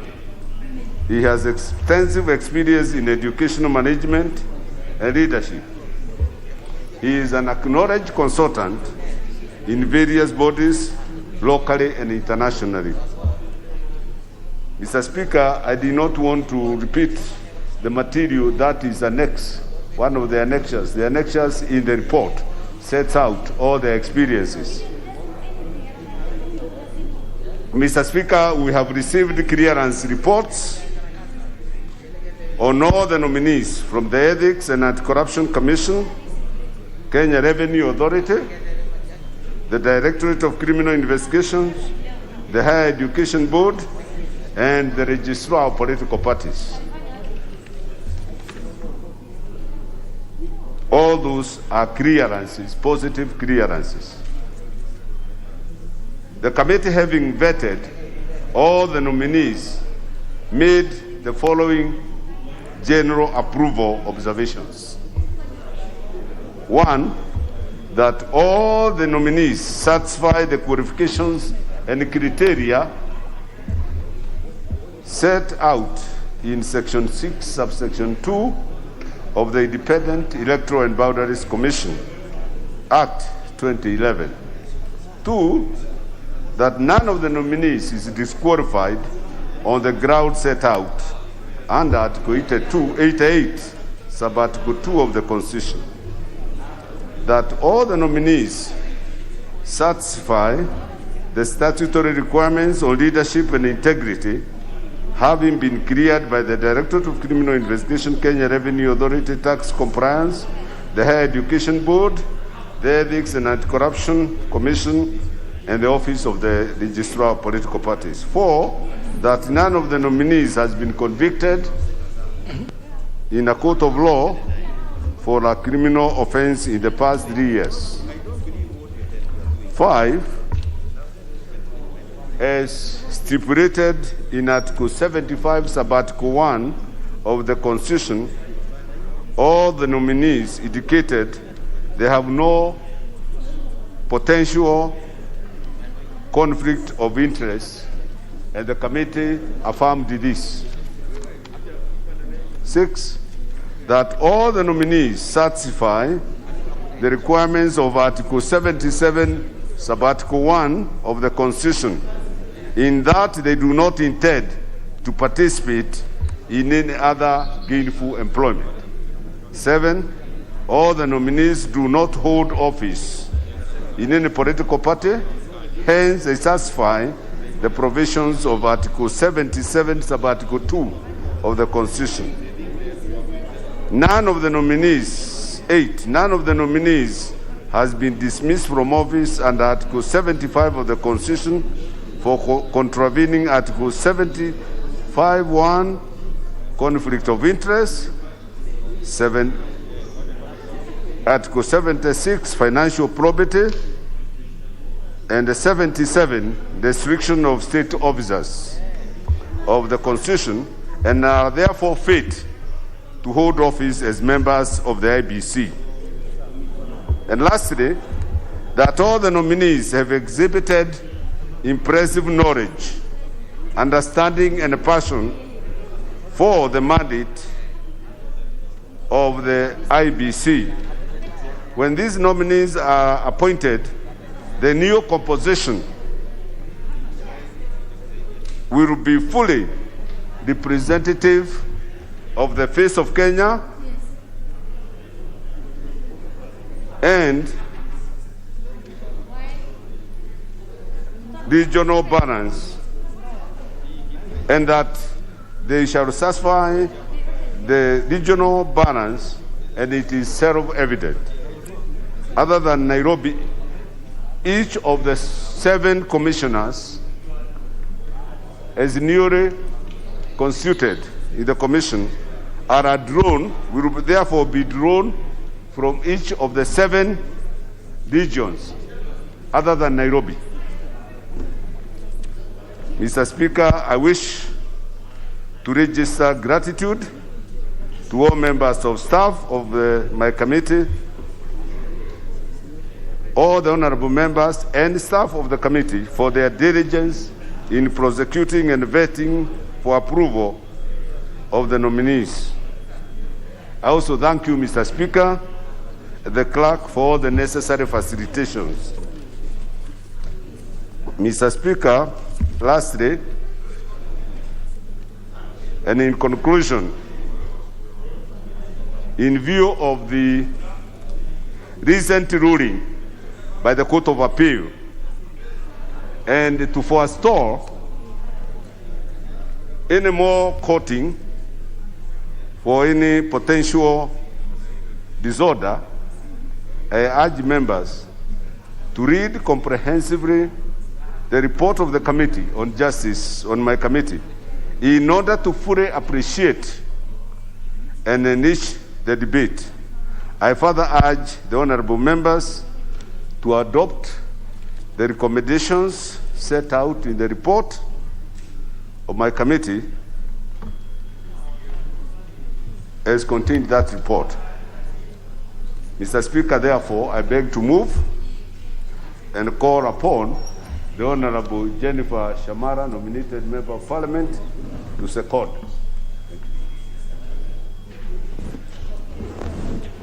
Honorable Shamala. Thank you, Mr. Speaker, sir. I rise to support the report of the Justice. Honorable Shamala, just 1 second. Honorable members, I wish to draw your attention to the fact that today is a special sitting. And I can see many of you are coming in and trooping out. So also, if you contribute, don't walk out. Because there's the final aspect, which is approval. It is the material that you speak and say you support, and then walk away. I will not put the question if there will be no quorum. Yeah, you cannot just speak, say you support. If you support, or even if you oppose, you must be in the chamber to vote one way or other. Yes, and the question will not be put unless there's quorum. Because I think several members have forgotten the rules of the House. You can see that some have gone for tea, some others are going to the villages. I don't know. Please, you came here for a special sitting. Proceed, Honorable Shamala. Thank you, Mr. Speaker, sir. As I was saying, I rise to support the report of the Justice and Legal Affairs Committee on the approvals and appointments for the 4 candidates to the IEBC. Mr. Speaker, sir, the 4 candidates, I won't name them, they have already been named. In the cumulative experience demonstrated excellent combined extensive experience in law, in public administration, and in management. One of the crucial things that did come out during the approval hearings was the concerns about spoilt votes. And in a country which has an average of over 83% literacy rate, this indeed is a deep concern, especially because one of the mandates of the IEBC is to conduct civic education. So the question I would pose as a legislator and on behalf of Kenyans, why is there such a high percentage of spoilt votes? Is it due to lack of civic education? Is it due to illiteracy? Illiteracy it cannot be. Or could there be a possibility that it is deliberately done and may perhaps be a way of rigging? I don't have answers to that, but I do hope in the event that this House does today approve these commissioners, that they will provide these answers before the next general election. Mr. Speaker, sir, they demonstrated that they were patriots. The question was asked about resignation as commissioners at very crucial times, because as a country we have experienced that kind of scenario. And all of them assured us that indeed they may understand in some situations why people may want to resign, but as patriots they would never leave the country and the people of Kenya in the kind of lurch that we saw in 2017. With those, and that they were ready to withstand the pressure of an election and see it right through until announcements of results. With those few remarks, Mr. Speaker, I do support.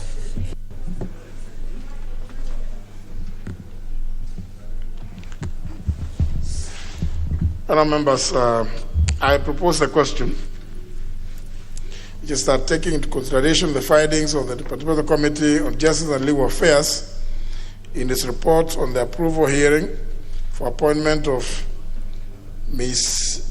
Juliana Wonge Cherera, Mr. Francis Madenge Wanderi, Ms. Irene Cherob Masit, and Mr. Justus Abonyo Nyangaya as members of the Independent Electoral Boundaries Commission, laid on the table of the House on Wednesday, September 1st, 2021, pursuant to provisions of Article 250, Clause 2, Subparagraph B of the Constitution, Section 7A of the Independent Electoral Boundaries Commission Act of 2011, and Section 8, Subsection 1 of the Public Appointments Parliamentary Approval Act of 2011, this House approves the appointment of the following persons as members of the Independent Electoral Boundaries Commission.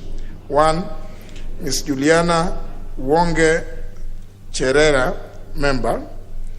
2, Mr. Francis Madenge Wanderi, member. 3, Ms. Irene Cherob Masit, member. And 4, Mr. Justus Abonyo Nyangaya, member. Leader of Majority. Thank you, Honorable Speaker. Honorable Speaker, I rise to support the report of the committee and to commend the Committee on Justice and Legal Affairs for the dedicated hours they put into this process, the time they spent in ensuring that the names that were forwarded to the House and then forwarded to them have met all the legal and constitutional requirements. And all that evidence of their work is contained in their very elaborate report, which the chairman has so graciously presented before this House this afternoon. I also want to take this opportunity to commend the panel who received, I believe, it's 669 applications. When the adverts were put, I think for TSC they received 299. Now for the IEBC, the number of applications was a whole 669, which it basically shows so many Kenyans are keen to serve the electoral body, or it's basically showing how IEBC is rated. Now, Honorable Speaker, the panel would not have been constituted if it wasn't also for the work of the Parliamentary Service Commission, which you chair, that midwifed the whole of that process. And hence I also want to record the thanks for the work that you and the Commission did in facilitating the formation of the panel and the panel in the interviewing and committee. And eventually, through His Excellency the President, we have the 4 names here. Honorable Speaker, I think we all know the importance of the Independent Electoral Boundaries Commission as the referee in our elections. It's at the center, the heart of the success of elections. We've seen crisis during our elections. Unfortunately, has seen violence. We've seen the worst. Or any of the violence that has happened in this country, it's tied to the electoral cycles. And hence, having a credible, independent Election and Boundaries Commission then makes a lot of sense. We've also seen what we were discussing this morning, the issue surrounding the Building Bridges Initiative constitutional amendment. And indeed, everything seemed to have just been brought down by the fact that IEBC was not queried. So IEBC is at the heart of everything. And like I mentioned in the morning, including the elections for the Court of Justice, Court of Appeal itself. It's IEBC was right there, and if it was not queried, then it basically we're doubting even whether the Court of Appeal itself is properly constituted. So it's been there and helps political parties. We've also had so many by-elections. And you can see, if we really don't get IEBC right, we're going to be in out of trouble, especially with only 11 months to go. After today, we believe they should have a quorum. And I believe the reconstituted IEBC has a big role. First of all, to review what decisions have been made by the portion that has been declared as non-correct, and make a right before it then gets presented to the courts and puts the whole electoral cycle into jeopardy. Because, and I believe, again, a critical thing they need to do is time for them to recruit a CEO and to fill up all the positions so that as we go towards the elections, we're not fighting over, did they have the right people? Will the commissioners be doing the work of management? And then we end up with all those issues. Honorable Speaker, I know I've had discussions of people saying, why are we bringing this name so late in the day? Why didn't we bring them early in the year or even last year? And I want to say there has not been any delay in terms of, at least not from the government side, from His Excellency's side. We had to wait for the legal framework on the recruitment, which we passed in this House early in the year. And it's only after the passage of that law that it could trigger the process of getting the panel and then leading to where we are today. Honorable Speaker, as we were discussing earlier today about the commissioners, and indeed at every other occasion, this issue of regional balance seemed to play, almost emotional. And I know even now we'll be looking at it. But much as we appreciate that the commissioners who have been appointed for IEBC, and indeed everywhere else, come from the different parts of Kenya and represent the face of Kenya, when they join a commission, when they join a corporation, they don't go there to agitate for regional interests. And I didn't want to disabuse this feeling, because perhaps the emotion you get around people feeling that we don't have one of our own is because there's an expectation that when you have one of your own, they are going to agitate for your personal interests. Yet commissioners are there as individuals. They applied. There are 669. None of them was sponsored by a tribe. None of them was sponsored by a village. None of them was actually sponsored by a grouping. But they applied in their individual capacity. They went to school in their individual capacity. They have been interviewed in their individual capacity. All the selection panel has done, and the appointing authority, is to ensure that the very best of those individually represent the face of Kenya. But collectively, when they come to their commission, we will expect them to serve the great Republic of Kenya first, not start thinking about that I was nominated from Mount Kenya, so I must serve the interest in the commission of the Mount Kenya community.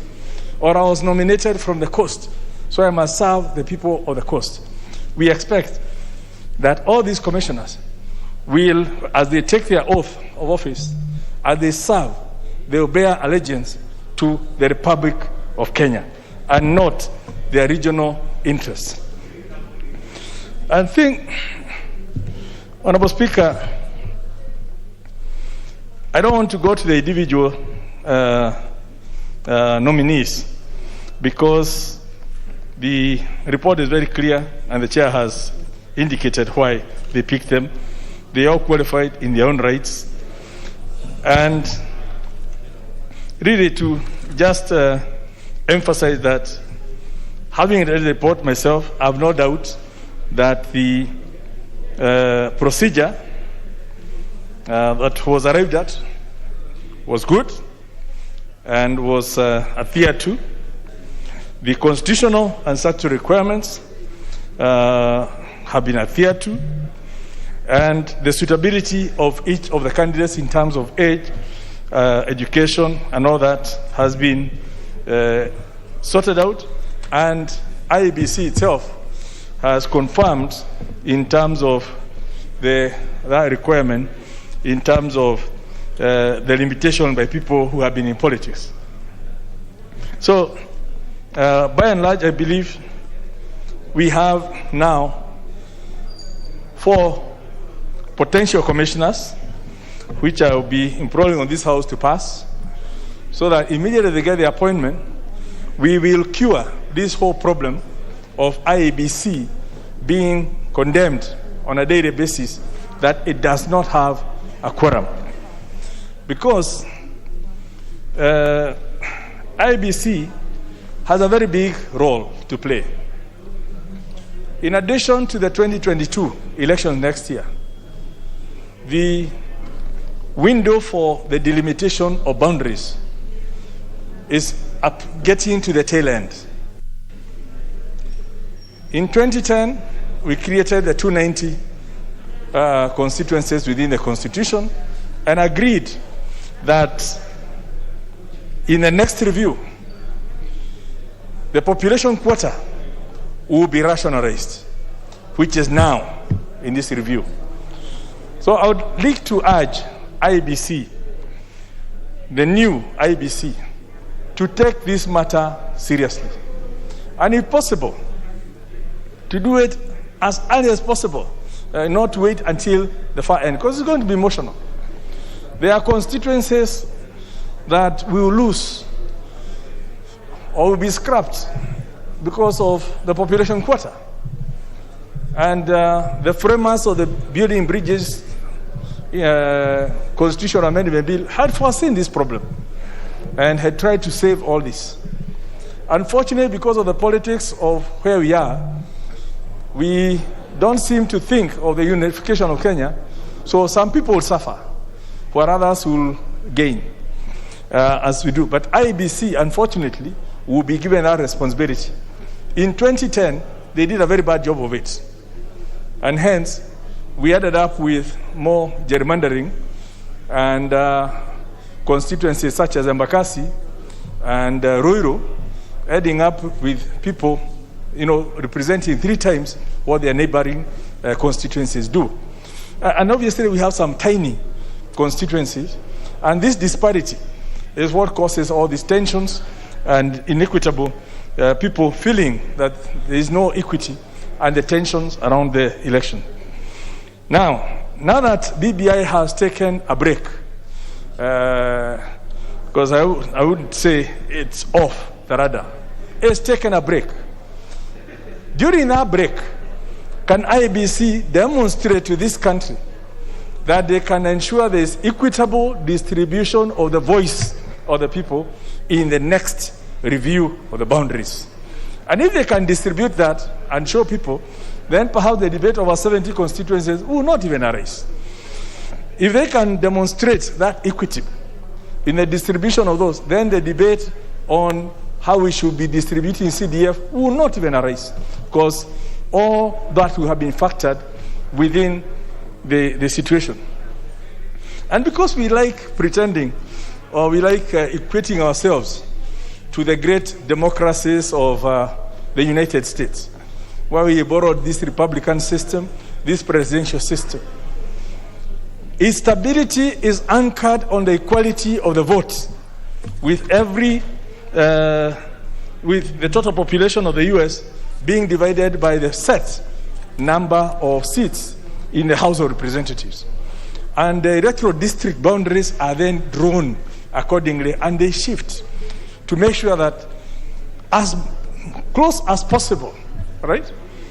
Barring splitting a house into 2 so that the bedroom is on one side and the sitting room is on the other, that as close as possible, the population of the United States is distributed equally, so that every person in the House of Reps, in the Congress, represents the same number. And of course, the states is a different ballgame. Theirs is to protect the union. So every state has the 2 senators. But at the college, at the presidential level, the college is then weighted to represent the population. But so we borrowed that system and expected it to work here just by bringing it into the constitution without then also replicating the equality that's required so that for democracy to really work, voice must count. So, Honorable Speaker, I just want to re-emphasize that so that even as we get the new commissioners to come in, it's not just another job we are giving them. It's not just so that they can feel our community is now represented in the IEBC, but it's to know they have a very serious job to do. The future of this country, the peace and stability post August last year depends on the actions of IEBC. If they can deliver a credible election, then there will be peace. If they deliver a doubtful election, we don't want to contemplate what will happen. The ball is in their courts. I support the report.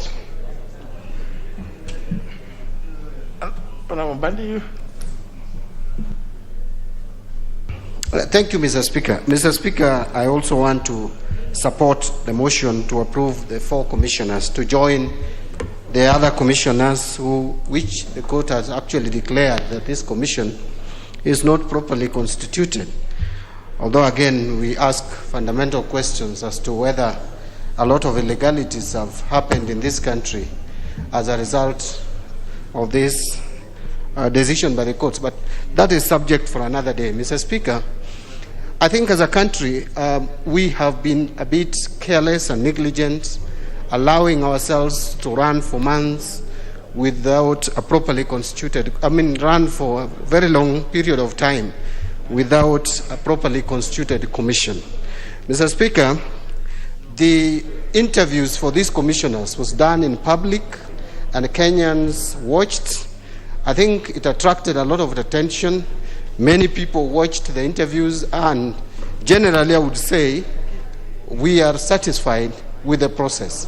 I think this is one thing that the panel did right, of making the interviews public so that we avoid unnecessary speculations after people have been nominated. And Mr. Speaker, today if this House approves, and I pray that we approve the 4 names, because I have no reservations on any of the names that we have here. Mr. Speaker, we now going to have a commission that can be relied on. Because the 3 commissioners, Mr. Speaker, and I spoke to this, though not in this House, but in a public forum as a national leader, I did say that the chairman and the other 2 commissioners should stop some of the processes they had embarked on, where they were making fundamental decisions touching on the elections of next year, and which would put into question the integrity of the very elections. Because you see, when you have the 4 commissioners coming in and already major decisions, including procurement of electoral materials, having been done by the 3 commissioners, again, which the courts have said was not a commission. That matter is still disputed, but as it is today, Mr. Speaker, the decision of the Court of Appeal is that we don't have a properly constituted commission. And I was wondering why Chebukati was rushing at this point in time when already 4 commissioners had been nominated and were just awaiting parliamentary approval to deal with certain significant and major decisions, including staff realignments, because I have information, Mr. Speaker, that a lot of staff realignments have taken place in the IEBC. We want these 4 commissioners to get into IEBC, sit down with the other 3, and correct any misdeeds that the other 3 commissioners probably have done.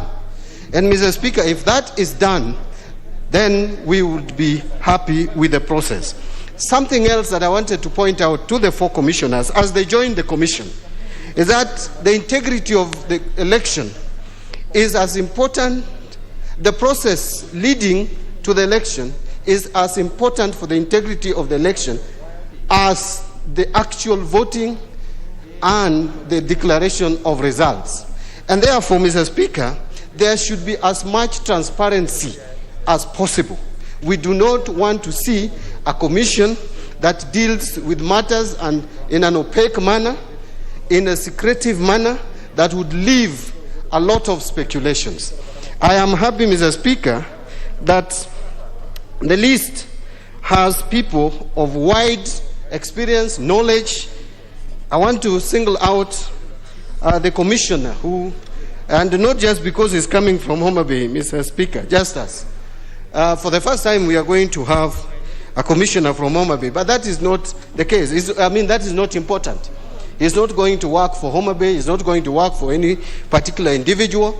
These are Kenyans who have to come from specific regions. But just as we all know, if you look at even his CV, look at the report about him, this is someone who has delivered and has worked with various international organizations, someone who has put a lot of his time on good governance in this country, Mr. Speaker. And therefore, I expect that when he gets to the commission, he doesn't disappoint. Because we have also heard of cases, we have had cases where individuals have been appointed based on merit, based on their qualifications, based on their experience. But when they get to these institutions, then the effect, their performance becomes questionable. So, Mr. Speaker, I want to just pray that this time we get it right.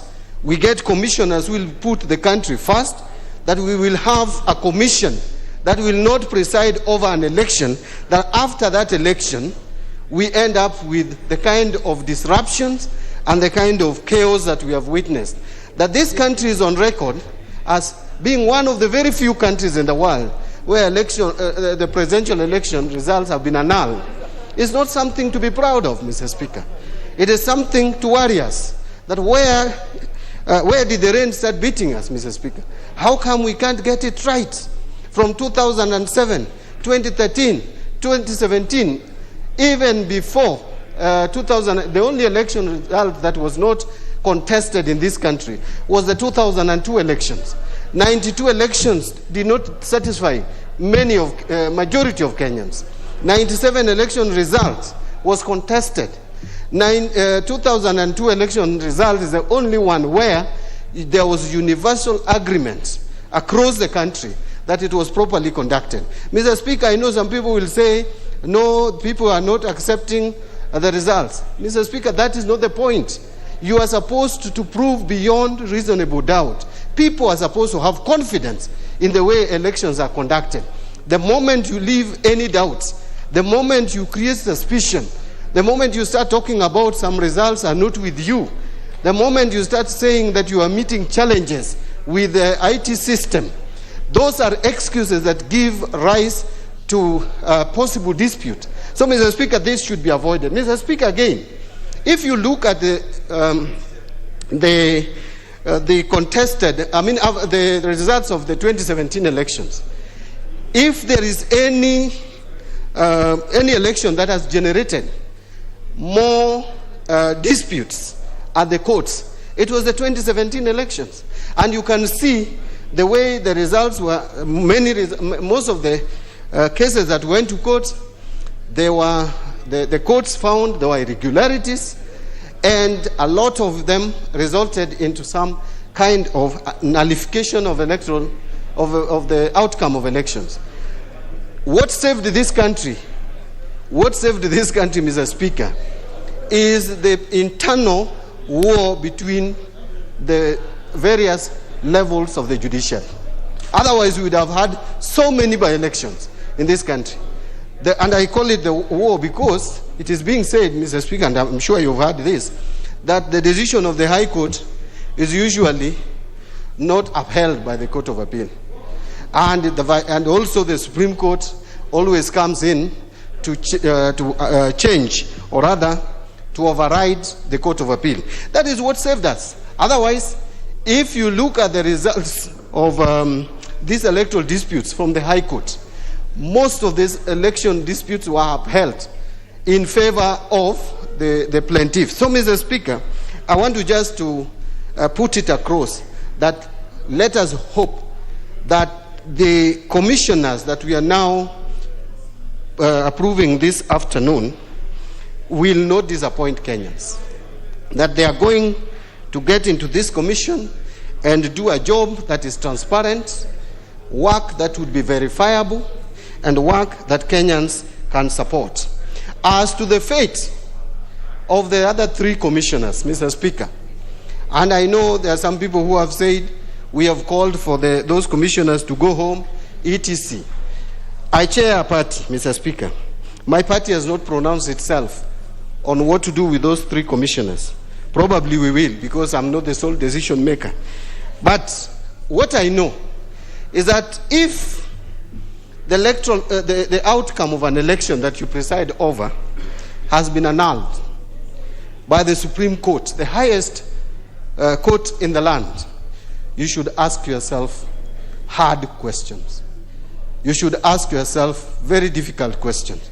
So I leave it to the conscience of those 3 commissioners that before you blame anyone, ask yourself that you presided over an election that has actually set a history in this continent.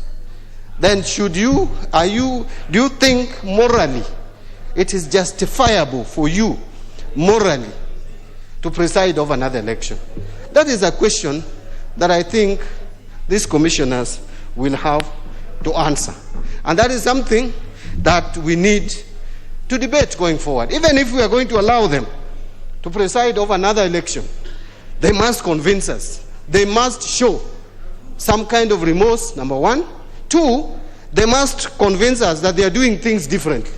They cannot do things the same way they prepared for 2017 elections, which created the problem that we are in. I mean, being the only country in the continent where the presidential election has been annulled, Mr. Speaker, speaks volumes. And so, Mr. Speaker, the 3 commissioners, you are in office, please prove to Kenyans and demonstrate to us that there is something you are going to do differently in 2022. This country cannot, Mr. Speaker, again entertain, and we cannot, this country, especially after this COVID pandemic, our economy it cannot be resilient enough to withstand disruption after 2022 election. And I want to just plead with all of us that we need to tone down our political rhetorics and concentrate in preparing for the 2022 election, and actually ask ourselves if there is a place where the process seems to be not right, we need to correct it. My final comment, Mr. Speaker, again is to IEBC. Where you see, Mr. Speaker, the problems with elections begin with party primaries. And I know people have blamed us. Kenyans have blamed our political parties for not managing party primaries well. But, Mr. Speaker, I have been an active participant in party primaries.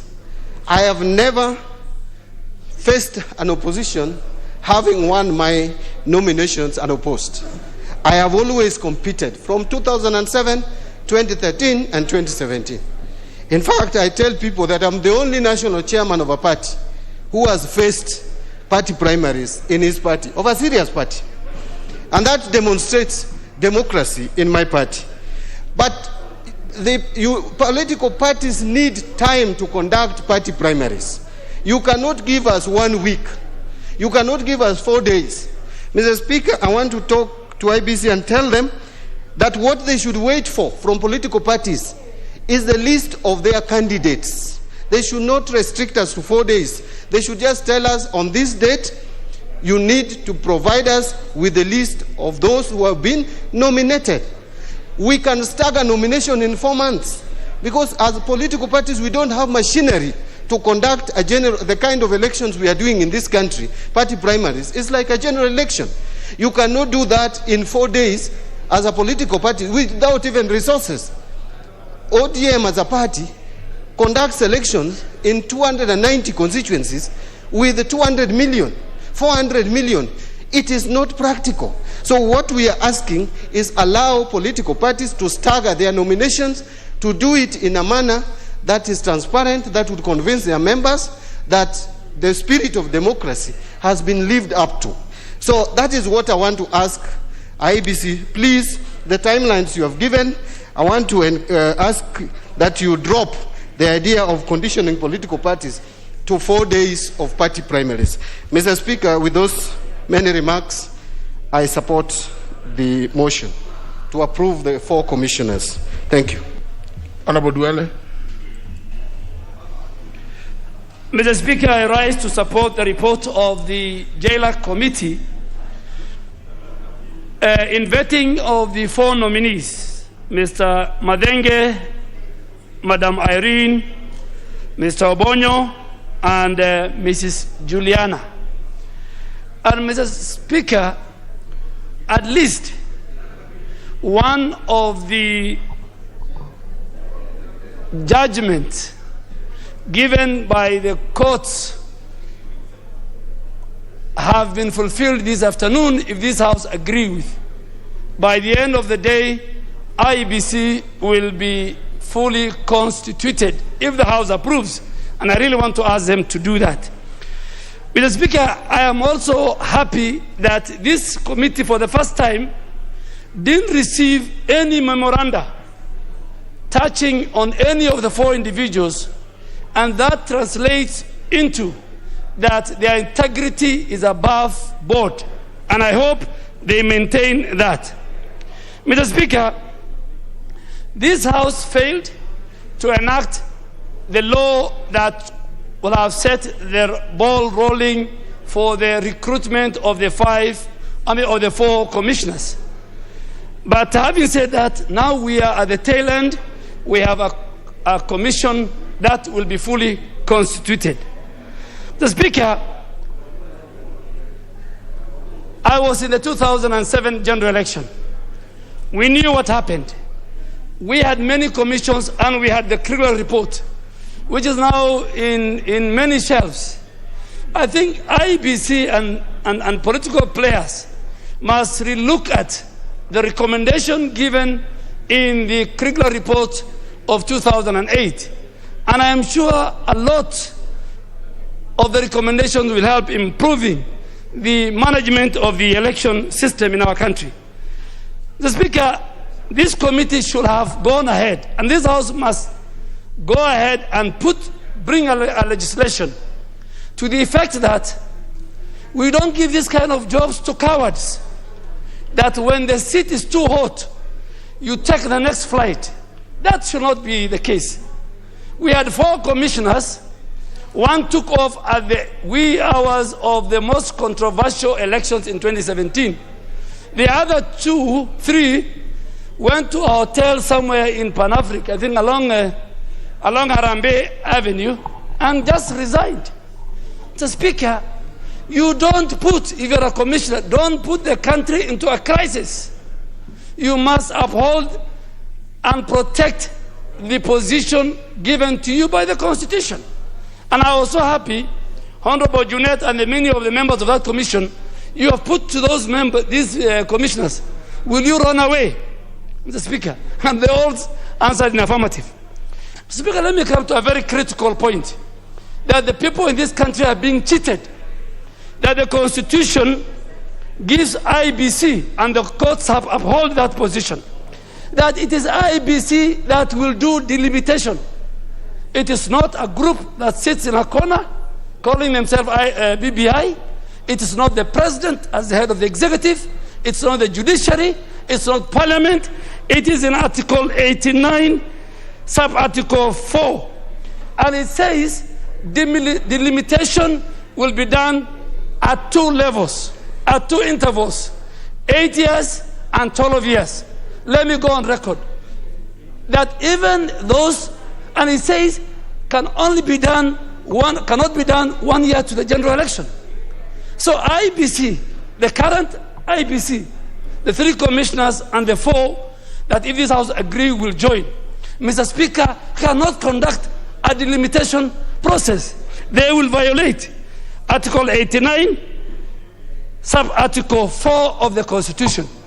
Mr. Speaker, this story of all constituencies are disappearing. No constituency is disappearing and can only be discussed when a review is being done. The next review will be 12 months from 2012 when the last review was done, and that is 2024. All these 290 constituencies will exist. Don't go to court, don't waste your time, don't cheat the people. And how do you delimit, Mr. Speaker? You delimit constituencies using various parameters: population, land size, poverty index, infrastructure. Speaker, there are people who are telling us in this country about population. Give us a break. We are not visitors. We are not visitors. We belong to this country. We occupy 75% of the landmass. North Hall alone is equivalent to Central, former Central, Western, Nairobi combined. One constituency. One member of parliament. Mr. Speaker, we should tell the country the truth. You can't tell us about unity. You can't tell us about resource allocation. And the money that goes to devolved systems, if we didn't get it as a favor, we got it through provisions given to us in the Constitution. Why are we not discussing the 85% of the money that remains with the National Treasury? This discussion about resources is a very healthy one. Let us discuss the 15% that goes to counties, but let us also discuss the 85% that remains with the national government. We must discuss. We must have a honest and candid conversation. Nobody is a visitor to another one. Everybody is in this house and in this country to defend his community. I have no reason, Mr. Speaker, and I have no apology to speak for the Somali community in this country. I have no apology. And you speak for your community. And we must all be defended by the Constitution. The Constitution gave everybody devolution. If you want resources, if you want us to go to that discussion, let us bring on the table the national cake, the 85%, where it goes. Then we discuss the 15%. Mr. Speaker, elections are very emotive. And I want to urge IEBC going forward, because the first chair in 2007 was the late Samuel Kivutu. I was in this house with Honorable Mili and Honorable Kimunya and many others, and Honorable Bandi and Kainan and Shaban.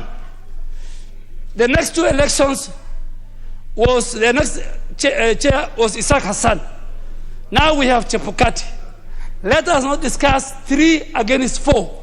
Let these 7 people move as one team and give this country free, fair, credible, and peaceful election.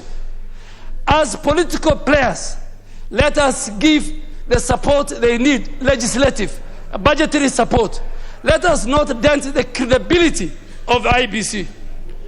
Mr. Speaker, it is very, very important that the 2017 general election, and I agree with Honorable Bandi, if an election can be annulled, then the Commission must relook at why that election was annulled. Because they were the referee. They were the referee. And I'm sure in their post-election 2017 evaluation, they must have seen where the problem was. But it has shown the maturity of democracy and elections in our country, Mr. Speaker. Mr. Speaker, let us not talk about regional balance. Regional balance is not a favor. My good friend, the leader of majority, do not appoint women who are married in another region and you tell us you are doing regional balance. That is a game which is being played. Yeah. Mr. Speaker, I mean, we want to say it. You provide and protect the spirit of the Constitution on regional balance, Mr. Speaker. Mr. Speaker, I am happy the former Prime Minister was misquoted when he went to Muranga. and said Mandera cannot. That was a very good discussion. In fact, the Prime Minister was right. After devolution, we will discuss the national cake, the 85%. And I'm sure the former Prime Minister, if we take him that discussion, we will see the serious imbalance. Roads are not built in some regions. Water is not available in some regions. Hospitals are dying, Mr. Speaker. So, Mr. Speaker, let us allow IEBC to do its work. Let's have an election that is free, fair, and Chebukati and his 2 colleagues are not going anywhere. For those who feel they want to tell them, you are wasting your time, they will conduct the next election. I beg to support. Member Volikoni. Asante sana Mheshimiwa Spika, na mimi niweze kuunga mkono hoja hii maalum ambayo imetuleta leo ya kuzungumzia wateuliwa 4 katika tume ya uchaguzi na mipaka. Na niseme Mheshimiwa Spika, naunga mkono kwa sababu wateuliwa hawa wameweza kufuzu katika tajriba ya kielimu, wameweza pia kufuzu katika uzoefu wa kikazi, katika utawala wa umma, katika mambo ya usimamizi wa sekta za umma, katika pia mambo ya sheria wameweza kufuzu.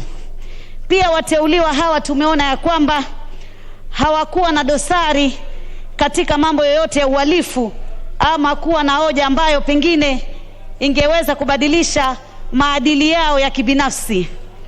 Mheshimiwa Spika, tumeona ya kwamba Mheshimiwa Uhuru ameweza kuzingatia jinsia, kina baba na kina mama, na akaweza kuweka kina baba 2 na kina mama 2. Hiyo basi ni kutuonyesha kwamba kule tunakoelekea tutaweza kupata 50% kwa 50 katika uwakilishaji katika sekta zetu za kitaifa ama sekta zetu za umma. Kwa wakati mrefu tumekuwa tukisema ya kwamba tume hii ya uchaguzi na mipaka imekosa akidi. Akidi ni ile tunaita quorum. Imekuwa haina kiasi cha makamishna ambao wanaweza kufanya kazi zile ambazo zimewekwa katika tume kama hii. Lakini tutakapomaliza zoezi hili tutaweza kuwa na akidi inayofaa kuweza kuendeleza kazi za uchaguzi na kazi za mipaka. Mheshimiwa Spika, katika wateuliwa hawa kuna mama mmoja anaitwa Juliana Cherere. Mama huyu nilimjua kwa muda mrefu sana akiwa mwalimu katika kaunti ya kwangu ya Mombasa. Ameweza kusomesha katika shule kadhaa na pia ameweza kufanya kazi katika sekta za umma katika mambo ya utawala wa umma na pia usimamizi. Ameonesha tajriba ya hali ya juu sana katika kazi zake na wala hatujawahi kusikia dosari yoyote ama ufisadi wa aina yote katika zile kazi zake ambazo amezifanya. Mheshimiwa Spika, nataka niseme ni kweli tunataka kuweka sura ya Kenya kila tunapofanya uteuzi. There's a point of order from the Honorable Junet. Mr. Speaker, I didn't want to interrupt Honorable Mishi, but Mr. Speaker, considering that this is a special sitting, Mr. Speaker, and this is a very important matter because there is no quorum at the IEBC, and members, Mr. Speaker, everyone who speaks is living, including Honorable Duale, who has just lectured us here on devolution and money, and he has gone, Mr. Speaker. Mr. Speaker, I beg to request your indulgence that understanding order 95, if we can ask the mover to come and reply, Mr. Speaker. That we dispense off with this matter, Mr. Speaker. It's a special sitting. Okay, Honorable Mishi, let's Honorable Mishi, you conclude, then I will put the question to the... Asante sana Mheshimiwa Spika. Mheshimiwa Spika, nataka nikubali ya kwamba ni wakati mwafaka ya kwamba lazima tuweke sura ya Kenya katika uteuzi wetu. Na wakati tunasema tunataka kuweka sura ya Kenya, lazima tuzingatie ya kwamba kwa kihistoria kuna jamii ama makabila ambayo yalikuwa yamesaulika pahali pakubwa sana katika uteuzi. Hivyo basi wakati rais wetu anafanya uteuzi aweze kufikiria sana na apatie nafasi nyingi sana kwa makabila ambayo yalikuwa yametengwa, makabila ambayo yalikuwa machache. kwa sababu leo hata ukifika pwani, kule pwani kuna makabila ambayo yameweza kutengwa zaidi, kama kabila la Mdigo, kabila la Mduruma, kabila la Mpokomo, kabila ya Mbajuni. Wako pwani lakini wameweza kutengwa zaidi hata pale pwani. Kwa hivyo hata tukija huku bara, kama sehemu ambazo Mheshimiwa Spika wetu ametokea pale, kabila la Mbeere pia ni kabila ambalo katika ile hali ya kule kwao pia ni wao kwa wamekuwa wametengwa zaidi, wametengwa na wamewekwa kama kundi la wachache zaidi. Kwa hivyo ni wakati mwafaka hawa ndio wawe wakifikiriwa, ili waweze kufikia yale makabila makubwa ambayo yamekuwa na nafasi kubwa katika sekta katika taifa letu la Kenya, ili kila mmoja aweze kuwa yeye pia anaweza kupata ile keki ya taifa kwa njia ya usawa. Mheshimiwa Spika, tume hii ni tume muhimu sana, na tunaamini hawa walioteuliwa wataweza kuonyesha maadili mema, maadili ambayo yataleta thamani zaidi katika mambo ya uchaguzi na mipaka, maadili ambayo yataweza kuzuia ghasia na michafuko ya kisiasa, hasa wakati wa upigaji kura ama wakati watu wanavyojiandikisha mambo ya kura. Kwa hivyo tunataka tuseme ya kwamba kina mama wenzetu mlioteuliwa pale, tunajua mama ni kiungo muhimu katika mambo ya amani. Mama ni kiungo muhimu katika mambo ya kuunganisha. Mkiweza kuingia katika tume ile, mutafute njia ya kuweza kuondoa changamoto zilizoko sasa na kuweza kuleta utatuzi, na kwamba kuwe na historia ya kwamba ifikapo mwaka 2022 tutakuwa na uchaguzi ulio shwari, ulio wa amani na ulio na haki, ili Kenya iweze kusonga mbele kama taifa letu. Nataka niseme nashukuru sana hawa wote waliochaguliwa, kwa sababu wote wana tajriba na wana uwezo, wameweza kuwa na uzoefu na mambo haya yote ambayo yataweza kuweka tume yetu. Kwa sababu ya wakati sitazungumza zaidi, nataka nishukuru na niunge mkono. Asante sana Mheshimiwa Spika. Honourable members, the Honourable Junet, I'm sure must have been watching what is happening. You can see those are 4 members out there, and they are on their way. So, honourable members, I just have to put the question, which is that the mover be called upon to reply. Will as many as of that opinion say aye? Aye. Will as many as the contrary opinion say nay? The ayes have it. Honourable Kiano. Thank you, Mr. Speaker. I wish to register the many thanks for the members for supporting the motion.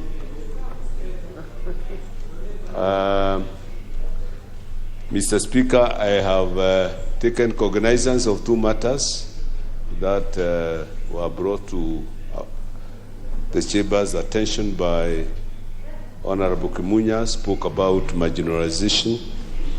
We have taken note that marginalization can be effected in the reverse, when at times you have very qualified candidates, and because they come or their origin is not a minority, they are disqualified merely when they are very qualified, and in lieu thereof, we take some mediocre and some unqualified candidates merely because they come from the so-called marginalized.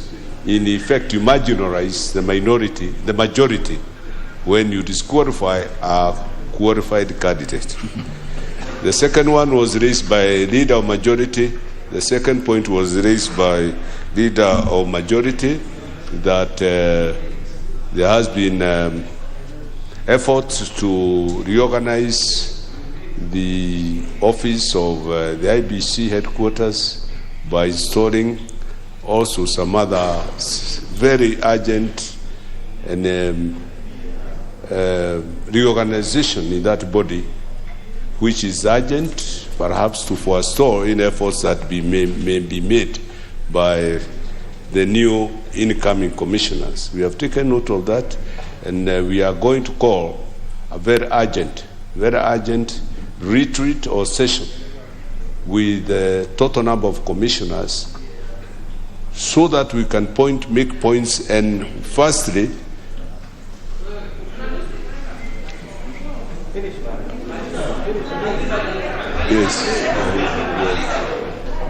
so that they can reorganize with the full board commissioners on full board. Thank you very much. Yes, I beg to reply. Very well. I think there's something for our members. Maybe as we go to the tail end of the 12th Parliament, there may be people who, when as happens, 70% don't come back. Maybe some, and we would want, if you don't come back, to be useful to the country also.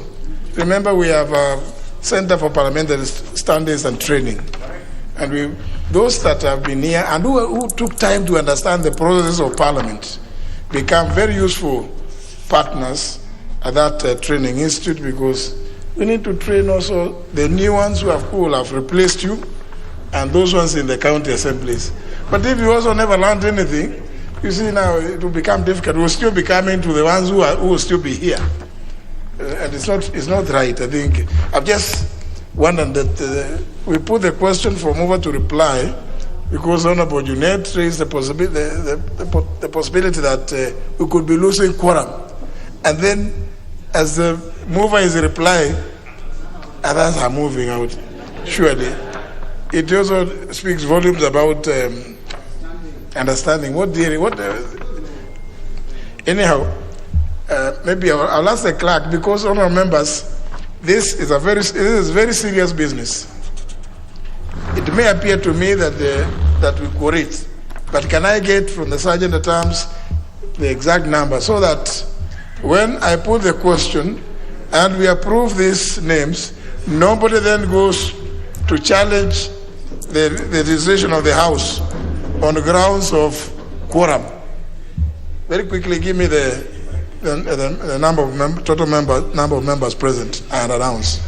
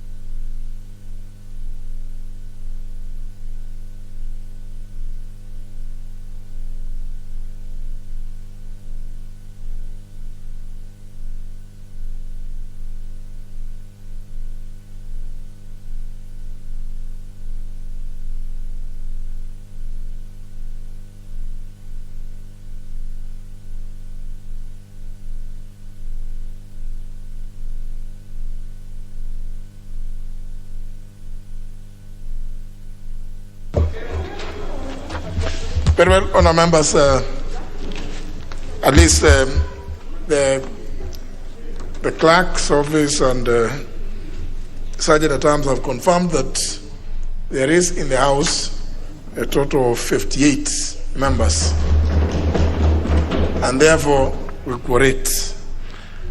And it is okay for me now to put the question, which is that, taking into consideration the findings of the Departmental Committee on Justice and Legal Affairs in the report on the approval hearing for appointment of Ms. Juliana Rihonge Cherera,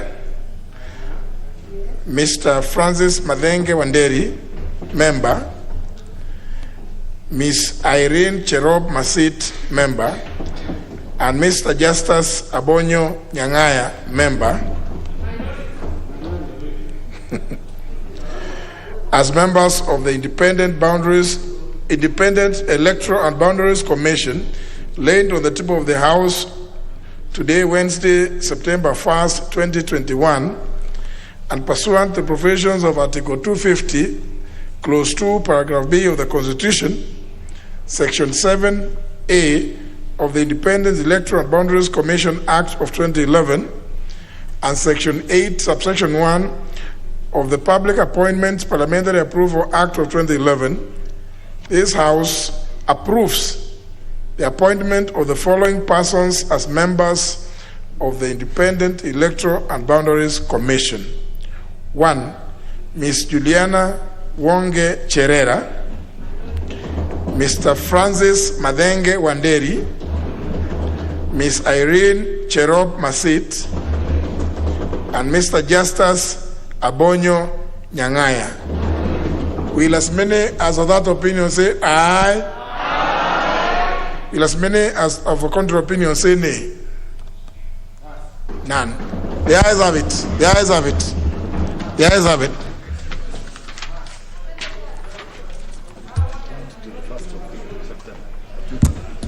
Honourable members,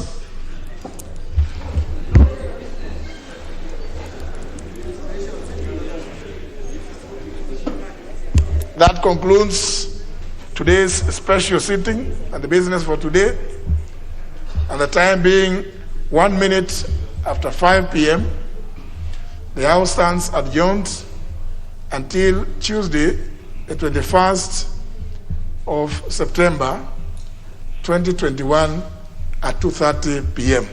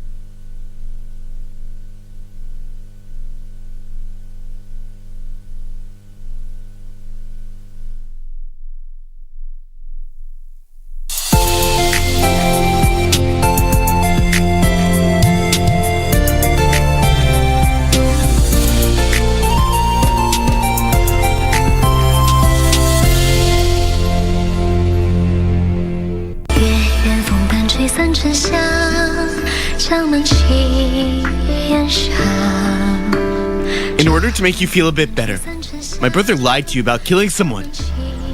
Yet you still do things like this. What do you mean? She's Long Fei's beloved woman. Once we have her in our hands, we can make Long Fei do anything that we say. You and I are already divorced. What you do and whom you're with has nothing to do with me. Highness. I told you, I would take care of Han Yuxi myself. So why did you send men to kill her?